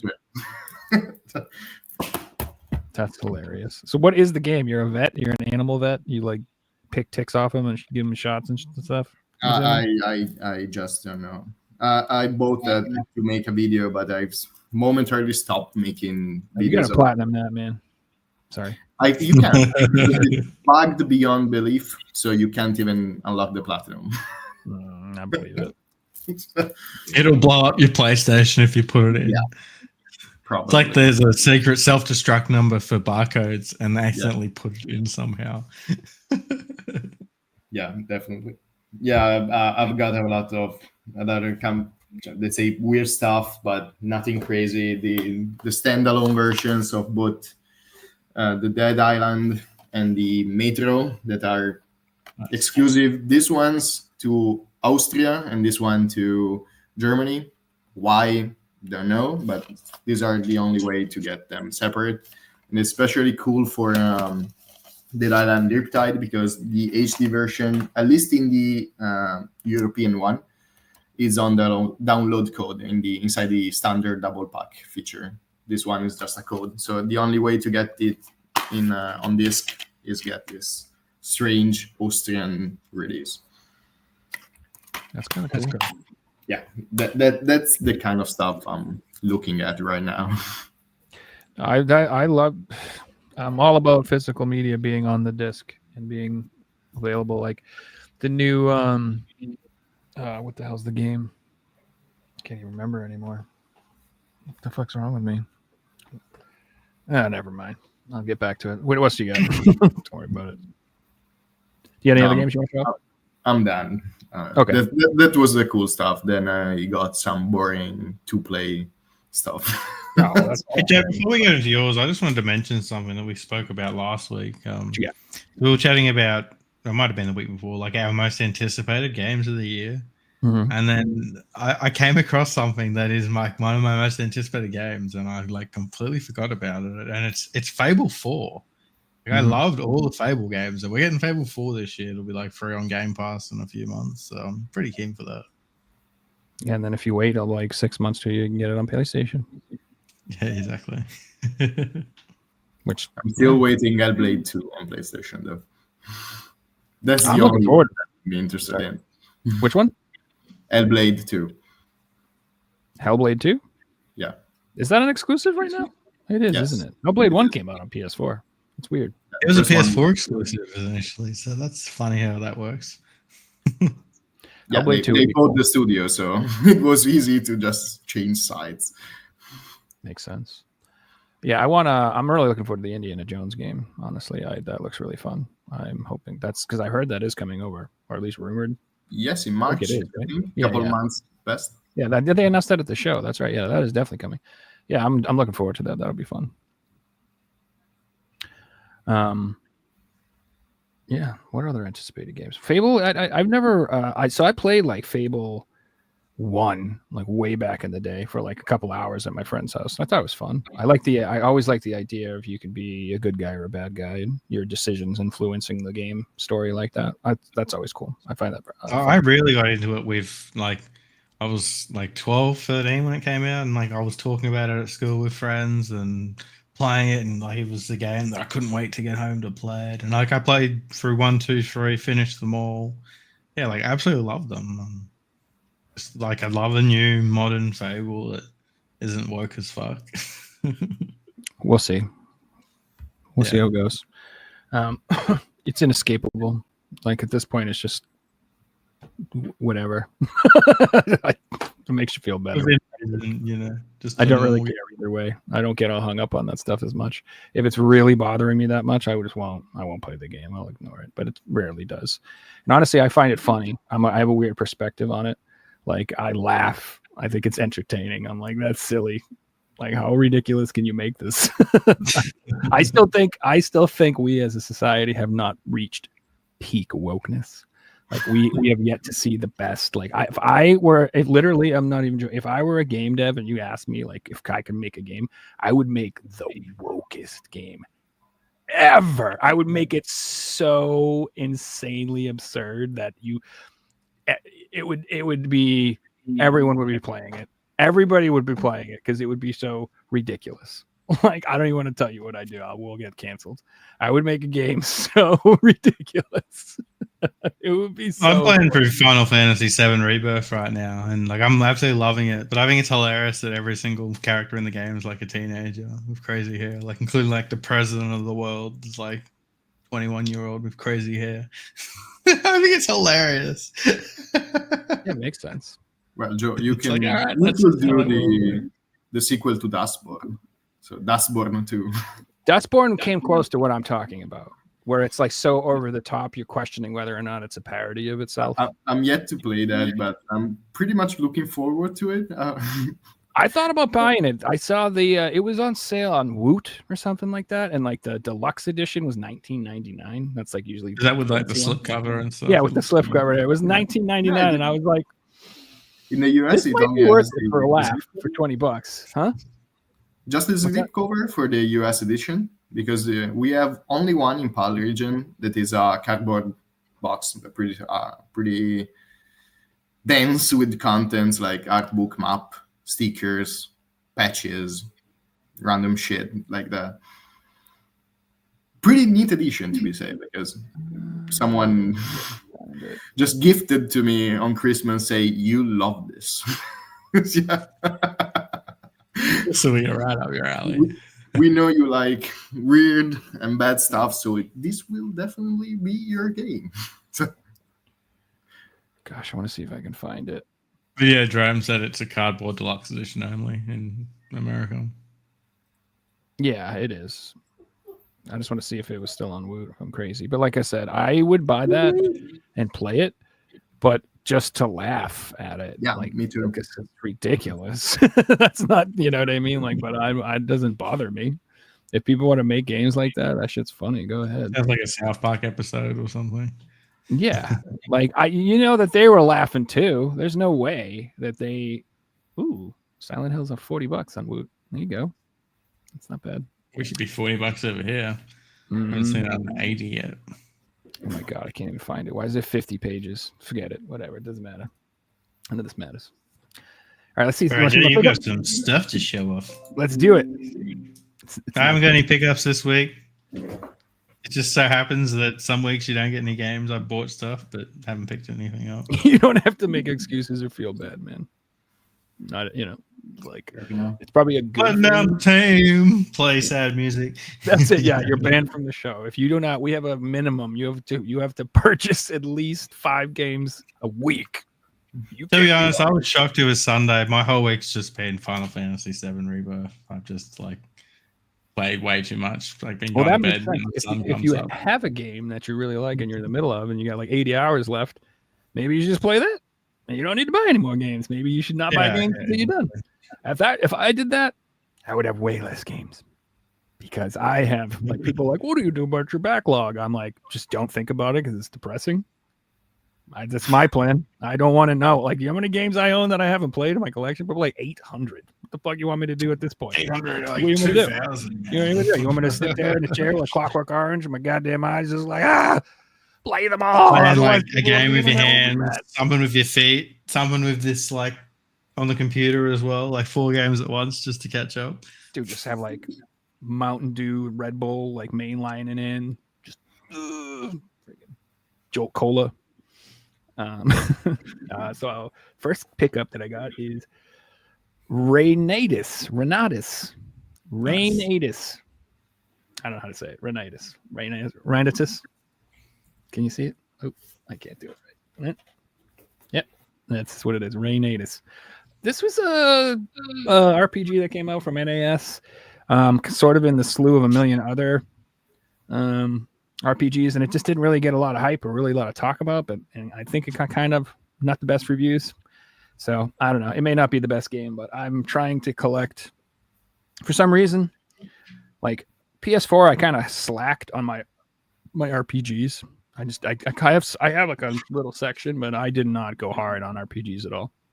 But the PS5, I got like really back into RPGs because I wanted to I got my brand new TV and my PS5, and I wanted to play stuff that looked amazing. So I was like starting to play more, the new Tales game and Final Fantasy and other RPGs. And I don't know, been back into them. So I'm trying to get more of them. And that's Renatus. And it's gonna, how these games are. They're there and then they're sold out and then it's over. And then you want to get them down the line. They're ridiculous. So, or they just get reprinted, which is the new. I'm like the exact opposite with my RPG journey. Like bought every single one for the PS4. Like played a third of them. Like barely touched. I mean, I've got a few on PS5 at this point, like 20, but like that's just dipping your foot in the water at this point. So my favorite RPG generation is PS1. Obviously, a lot of people will agree, or SNES, whatever. Those aren't. But I love the PS1 games, And I think the PS5 like gave us like got a lot of love towards that. Like they had the Final Fantasy VII remake. There was a sequel to oh my god, what's wrong with me? My memory's so bad in the morning. Apparently, dude, I can't remember the name of anything. Shit, Valkyrie Profile. That's the one. Yep. There was a sequel to that. There was a sequel to that weird music RPG. Like I said, my brain usually works. It's not working. I got a controversial take, but could you say, like, my best era of RPGs is late PS1, early PS2? Like, you know, like you also got to include a lot of people who Final love Fantasy PS2. X, Dark Cloud, Chronicle, like, and they came out when the PS1 was still putting out games, so you can kind of like include them in the same barrier, like 1997 to 2005.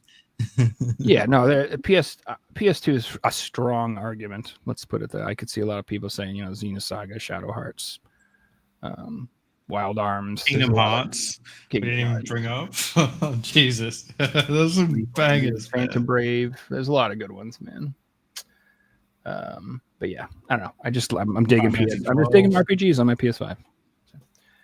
This I got because it was mad cheap, and I like Atari. So I picked this up. It's Atari Mania. It was like $15. Just to me, that's like free. It's a free game. If it's 15 or less, anything and it's sealed and it's new, that's a free game as far as I look at it. That's, you know, girls have girl math. This is Joe collecting math.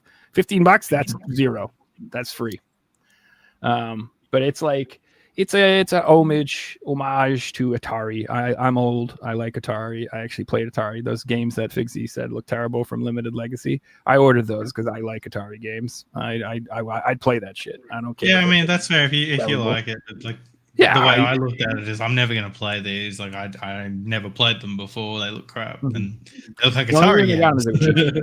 They were $25 a piece, which is cheaper than half price. So I was like, why not? So anyway, this game is like you like go into like a little arcade or some shit, or I don't remember where you go, but you have to like do all these little challenges and you have to play like these Atari games, but they're like mix-ups of Atari games. So it's like they'll take like 2 to 3 elements from each from 2 to 3 different games and make it into one game, and you have to try to beat it. Looks fun, you know. For $15, I'll enjoy it. I'll crack that open and have a good time. So these are my sweet Red Art Games pickups. I've wanted these forever, but like you said, I usually wait till shit's on sale because VGP does these sales where they're wicked cheap. They'll be like $15 US, $10 US. A lot of these games. I think I paid like $10 a piece for these. But I got the awesome P games. Oh, I've seen that. I kind of wanted them just because the artwork looked awesome. Dude, these are nice slip covers too. Nice. These are nice. These are like the. I also looked at them and went, "This is the type of game that should have only been released on one case, and it should have been like a double pack." Agree. This should be on a Switch cart with all the games, but it's cool. It's like a Game Boy game. If you see, it's got that weird color palette, and basically you're like the third one. I believe. What's that? They announced the third one. Also, oh, P3. really? Yeah. Nice. We're gonna get some more awesome penis.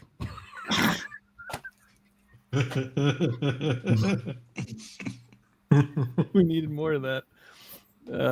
So yeah, those are wicked cheap on VGP right now. If you want them, they're like $10. But they look fun. Honestly, they look fun. Like I remember, Reggie has a friend, this guy Marcus. I think his channel is called Retro Game Players. At least it was the last time I looked. For a while, it was also called Sunset Hotline. So he changed it back and forth. I'm not sure what it is. Anyway, I watched him do a playthrough of these games, and I was like, I actually want those. They look really fun. I like Game Boy stuff. All right. So next things, I got my super rare PS5 shipment. So the first one I got in this collection is Postal Brain Damaged. That looks cool. Is there a second one so you can make the face? What's that? Is there a second one so you can make the face? Oh no.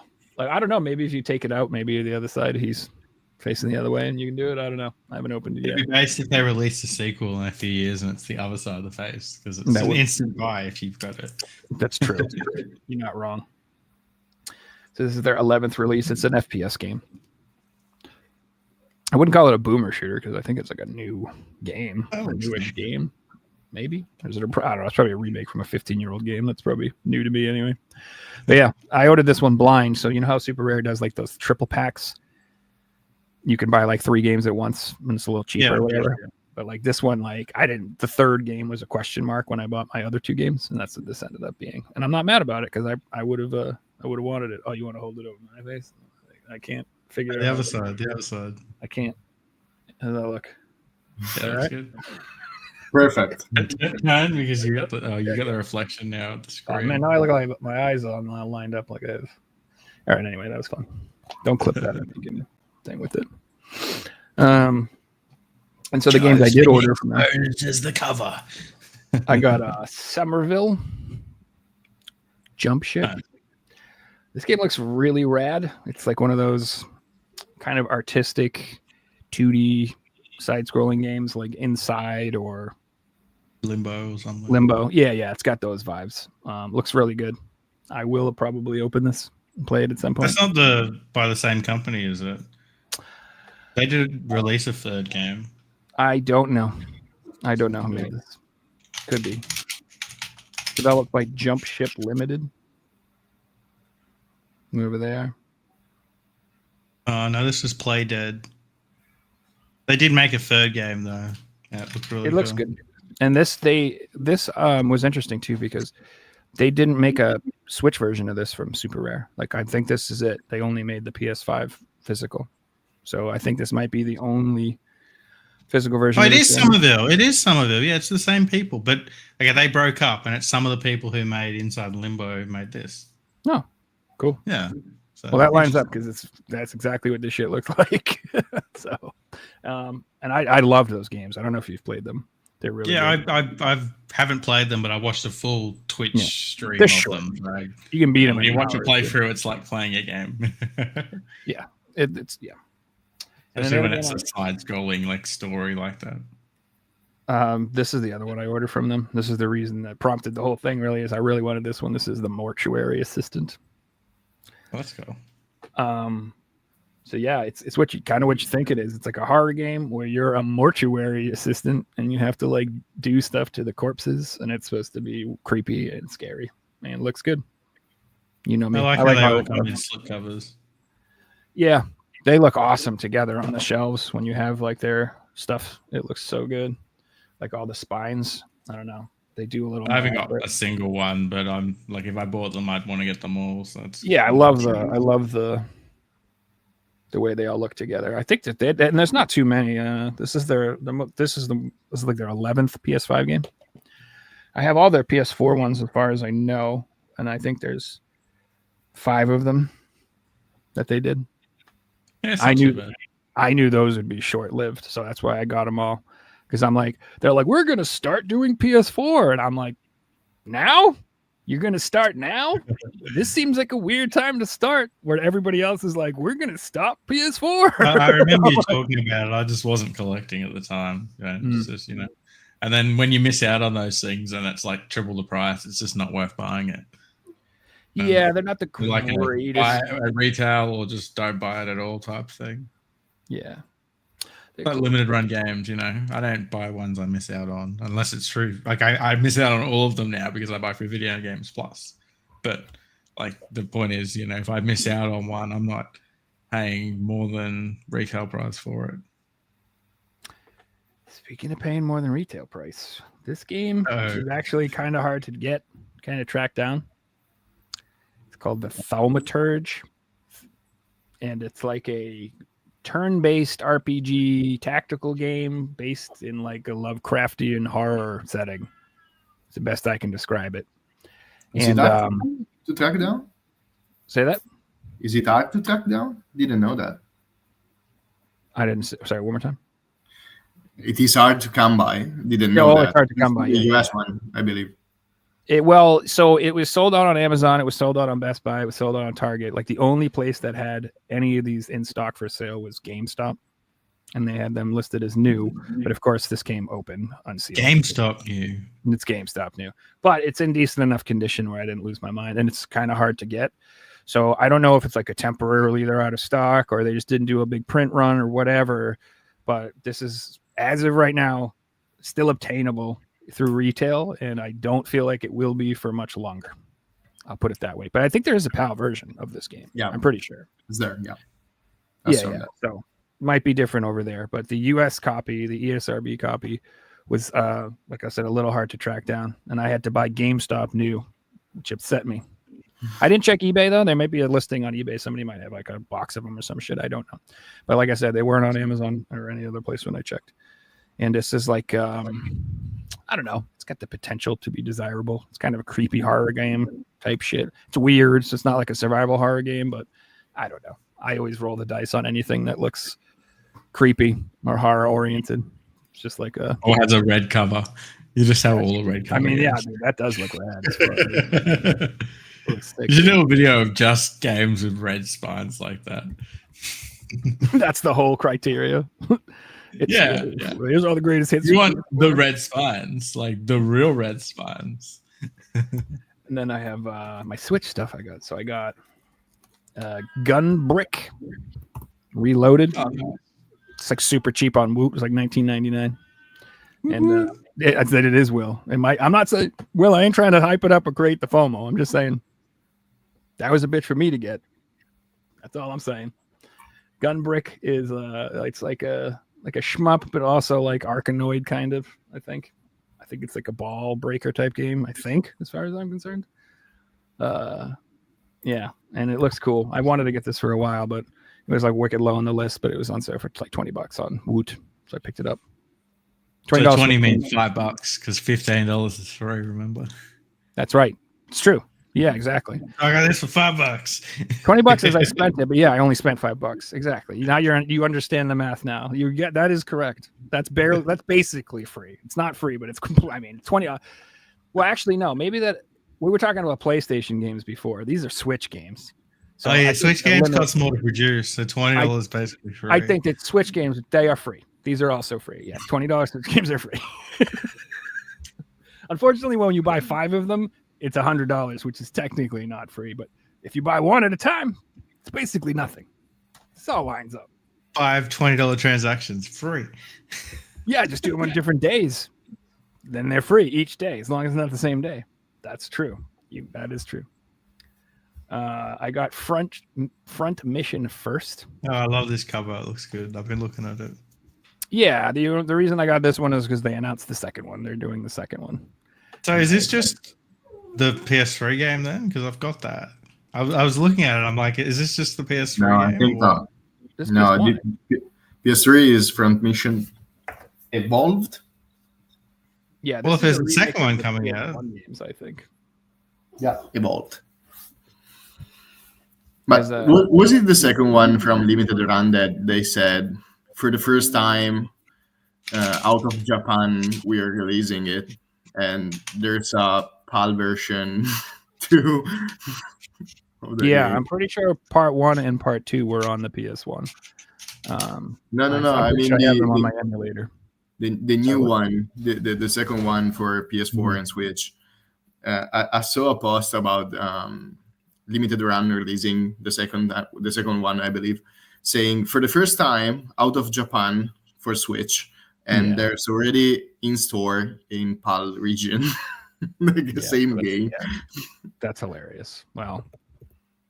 They're a little behind schedule. They make their, all their deals that they make like 2 years ahead of time too. Like they're so backed up.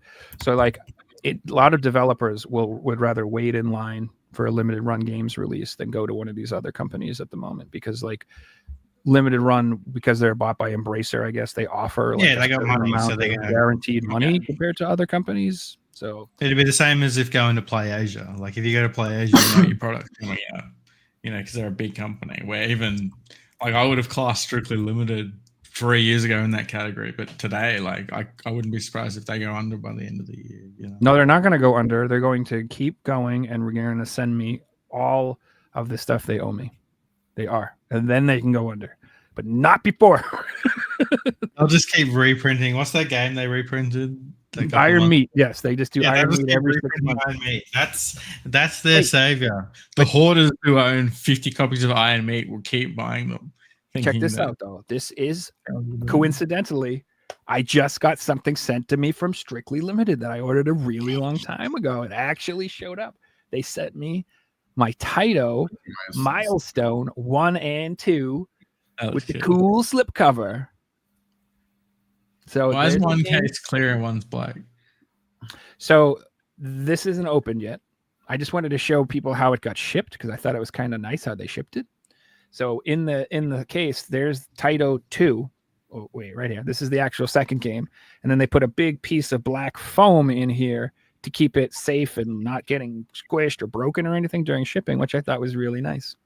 So the idea is you're supposed to already own Title Milestones 1. It does not come with the game. Oh, okay, yeah. So if you had already purchased part 1, you could upgrade, you could buy part 2, and then for an extra like $10 or whatever, they would send you this cool sleeve that holds part 1 and part 2. So you I almost ordered have that. to open it. Well, I do, yeah, because I want to put my part 2. Yeah. But what's hilarious? I really like that compared to how Limited Run do it, where you have to buy the first one to get the slipcovers. It should be once you buy all of them, they send you the slipcover. You know, it shouldn't be if you buy the first one, we'll send it to you. Even if you buy Xbox and PS4, you can only get one. Blah blah blah. It's terrible how Limited Run do it. I like that business model. This isn't that much better because by the time I fucking got this, Title Milestones Part 3 is out now. Oh, that's hilarious. So it's cool, but I'm gonna have 1 and 2 and then 3 next to it. So, and I don't even know Strictly Limited offered 3. I think they were like, nah, screw it. They're like, Let's pretend this doesn't. Maybe they did. I didn't know, but I didn't order it from them. By the way, I just saw that the front mission to PAL region version is offered by a new limited printed company based in Poland called Forever Limited Games. Forever Leader? Limited. Forever Limited. God, I never heard of that one. I'm going to have to write it down. Throw it in the pile. So that they only offer Switch games. Man, these people got to stop putting limited in the name. It's getting confusing. Let's just call it something else, okay? I'll pull up the website so people can see it. So this I'm going to open as soon as the show's over and play this because oh, neat. It's a very nice website. They got any other games? Yeah, they got a Black Friday Bundaroo. They got a special. Why is the website loading so slow? Slow ass website. I'm not going to buy from them just for that. House of the Dead, Baby Storm. I'm interested in whatever the hell that is. What is Baby Storm? Green Hell. They got Panzer Dragoon remakes. That's cool. Didn't Green Hell get a Rose Enema? No, Rise Eterna. What does that say? Yeah, there's a lot of I think board games. These are board games. Oh, I see. Okay. Baby Storm. No. Okay, no. My bad. These are limited editions. No, limited editions of the games they offer. Well, I'm getting Baby Storm. I already know that. That's going in the collection. I'm hoping it's like you shoot babies out of a cannon or something. I really hope something so. like baby, like a The website feels so dodgy. It feels like I'm using a website from 2001. Average Eastern European experience, I guess. So I got Wild Bastards. Yeah. I feel They're like allowed to print that name. Yeah, I'm surprised. On I the don't know. I Switch? feel like nobody talks about these games. Like, this is a sequel to another game called Void Bastards, which I don't know if anyone played it, but like, I really liked that game. It was like it's got a really cool cell shaded art style type thing going on, and it was like a roguelike where you'd go to like spaceships and harvest them, and you had to like steal supplies and do random things. And I loved the first game. Like, I thought it was super fun, and it was one of those games where like it just like ended all of a sudden. Like, I was having so much fun, and then it's like, you did it, and I was like, oh, that was it. Shit. I wish it was just like so like that's so they announced the sequel, and this was on sale on Woot once again. This was $19.99 for the Switch version. So So that's free. They paid you a cent to take that. They paid you. Exactly. It was free. And it builds my credit score when I pay off the credit card. So it's literally I'm winning. I'm only winning. I get a good game to play for free, and my credit score goes up. And anyway, so this game looks super sweet. I'm gonna double dip. I'm gonna get it on the PlayStation as well. I'm just waiting for the price of that copy to drop. This one dropped. 15. It's got to be below 15. Yeah, that one will go down too. But for the moment, it was expensive, which is weird how that works. They flip back and forth, which is exactly what happened the other day. I don't remember if I showed off that I bought Darkest Dungeon 2 on the PS5. Well, this week on the Switch, it went on sale for like $15 or $20 or something. Again, it's free. It's nothing. Free. I know you made $5. Now this is a weird. That's true. This is a weird case though. Look at how wide it is. I don't like that with Switch games where you see collections and they're sticking out. I'm like, I don't like that. Yeah, I'm gonna have to probably display it front ways, like put it on my shelf. See, I have some stuff facing out. Or it's on its shelf with other things that are weird like that. Yeah, exactly. But it's the reason it's kind of interesting. Like it's if you look, it's got that weird gap with nothing in it. No cool foam piece. So Strictly Limited was cooler. They had the cool foam piece, but it's because it comes with like a booklet. If you can see, there's like a manual or some sort of art book or something, and it's kind of big. So that's how they did it. They packaged it like that, so you can get the book in the game, and then I can hide. I have this little thing where I can hide drugs from my parents. That's what it's for. Because there's no room in the empty Switch case to hide it. Throw it. What? Ban this man. Throw out the part. I mean, he makes a good point. Like, I'm all for slipcovers and stuff, but that one just seems so. Like, why can't you just make the book a little bit smaller and a little bit thicker and fit it inside the case? You know?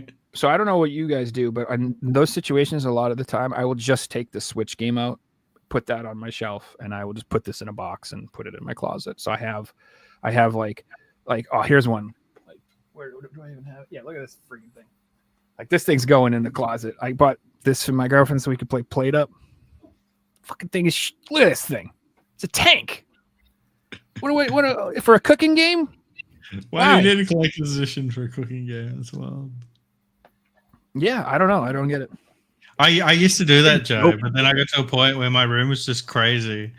And I'm like, I felt like I was doubling how much I put out by having, 400 games here and all the boxes here. So I put them all together to, save on space. And now I just, if I have a game that, the Steelbook came in a collector's edition, it's in the collector's edition, or, it's inside the box. It's not on the wall and the box is empty. Sean, I'm not opening anything. How dare you? No, but that's the solution for me. But I don't know about you guys. I am just biding my time. I'm hoping the interest rates come down. I'm gonna buy them. I'm gonna move the second I can. I'm gonna get a nice big room, and then the wheels are coming off. And collect back on the menu, boys. Because right now the only thing stopping me is like freaking space. Like I can't put stuff anywhere. Like I wanted to buy the Evercade arcade thingy, that thing. I really want one, but like I have nowhere to fucking put it. I literally have nowhere in this room that I could put it and play it. I could put it like on my work desk, but I already have a CRT with the PS2 there. I don't have room for more. Like I need space to keep things. I got the complete opposite. I've moved and now have the space, but the Australian dollar is weaker than it's ever been. So all these games that used to be $70 are now $90. So I'm like, I don't want to pay that much. I'll just wait for our dollar to get stronger. Just wait. It always fluctuates, but it's its weakest it's been in 20 years or something. Mm-hmm. Same situation as Joe, so I'm pretty much done with the space. So I think the whole world. I think the US dollar is stronger than ever. That's why every other currency is so weak. That's what's happened. There's which is amazing because it's totally it's not even backed by anything. Our currency is backed by debt. Why is it worth a lot? We owe 37 trillion. What the fuck are you guys are using our money for? Yeah, but everything I buy online, all these low print companies all use US currency, PlayAsia and Trump's going to be the crypto president, bro. So that's where you got to spend your money. Get into crypto, dudes. You didn't hear? You didn't know? That's what we got. I made money on there, and I don't like investing. Me and Figsy are starting a meme coin. I promise we won't rug you. Super swear. You can trust us. If Hawk Tua can get like 50 million and just disappear, why can't I do that? I like this idea. Nicolo, you want in? Okay, I'm in. All right. See, anybody else? All Fuck it. right, let's do Fuck it. it. Woo. And anyone watching right now can get in early. We got it right. Don't worry, you can trust us. I mean, every other meme coin seems pretty solid. Seems like a good investment, guys. It's like I don't know. It's like how many if you see 100 people walk on a banana peel and fall over, it's like after a while you think you'd walk around it. But I don't know. I think it's wild. Yeah. But yeah, we're at the 2-hour mark. That was fun. It was a good show. Yeah, it's good to see you, Nicolo. It was very nice to see you, man. Thank you for coming on. I'm Thanks for appreciating having me you. once again. What's that? Thanks for having me once again. Heck yeah. We'll check in again in the final days of the PS4. Well, maybe we'll have like all the PS4 guys on and we'll have like a little funeral for it when they stop making the consoles and it's like finally done. That'll be like mid PS6 life cycle. I feel like we'll get PS4 games in 15 years because like limited run games and stuff. They'll just keep doing PS4 games because they're not going to stop producing Blu-rays like how they ran out of Vita cards. Like they'll be able to do 1,000 PS4 games and sell them, so we'll keep seeing them. But we'll see the end of first party titles getting a PS5 and a PS4 release pretty quickly. We've already seen it. There's a lot of games that come out now that it's fascinating to see. They'll do a PS5 version and then the Switch version, which is less powerful than a PS4 or a Pro. And they'll make the Switch version and release it, but there's no PS4 version. And you'll see an Xbox version too. I've noticed that. Yeah, it's weird. But yeah, this was awesome. You still doing the YouTube thing, Mr. Nicolo? Yeah, I know you say you're taking a little break. You gonna bring that back? I had to take a break due to work stuff and time management, but I hope to get back and start doing weird games and shitty games videos. Those are fun. I enjoy them, man. Like I said, if it's good to someone's willing to try these games out and explain them. To sacrifice, yes. It is. Like it's better you than me. No, but every once in a while, you could come across something that's really funny or clever or classic, or just end up rare, and it could be worth a lot. You never know. Like these funny, quirky games like that can be desirable. I don't know how else to say it. It's like that stupid racing game from the Arab desert cars or whatever. It's a meme game. It's a meme. It's a meme game. It's desirability is its ridiculousness. Is it still expensive? I haven't looked that up in a while. Yeah, I think yes. Around the same price, like 200 and something. Yeah. It was never really retailed. It was always just sold as expensive of an item, Did you get a retail release in the UAE or something? I'm not sure. Yeah, I had. Did it? Okay. The guy that sent me my copy actually got it from a store for like $45. Okay, well, that was that's the retail price. Yeah, Worth every penny. absolutely. Classic. Who needs a GTA 6 when you have that? That's all I'm saying. But yeah, this has been great. If you want to send me your channel link, I'll put it in the comments. I didn't have it before the show, but yeah, it'll be in the link down below, guys, if you want to subscribe to his channel. And then if you're watching this the first time, share, like, subscribe, all that stuff. We appreciate it. That's really great. We do an episode every week. Next week is also going to be a you show. Is that right? We're doing we got Ballista back on the show. So we got Bell. Yes. And I'm sorry about the mix up if you thought it was today, sir. Usually the problem is not multiple guests wanting to come on. It's usually the opposite. Thanks. So that'll be awesome. We're going to do that next week. Probably at the same time, ish, around there. Maybe Saturday, maybe Sunday. We'll figure it out. If you guys want to follow me on Twitter. Schedule really quick. What's that? Let me check the Premier League schedule really quick. Yeah, it's all good. Yeah, that's exactly it. But if you follow me on Twitter, I do, or Instagram, I do announce the shows like 24 hours ahead of time and post a link and let you guys know when they're going to be, if you're wondering. I know we try to keep a consistent schedule, but it's, we have guests from all over the world, and I think it's worth it and more fun to do this. So, yeah. Just give us a follow. The shows will always be available to watch, so if you miss out, you can always rewatch them, things like that.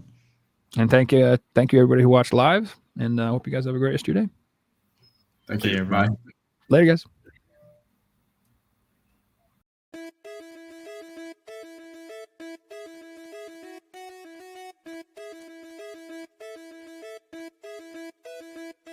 You found the coolest place to be, the PlayStation collecting sticks, and come on, won't you stay with me? Welcome to the show. Gather around the boys and girls, collectors from around the world. Let's show the people what they need to know.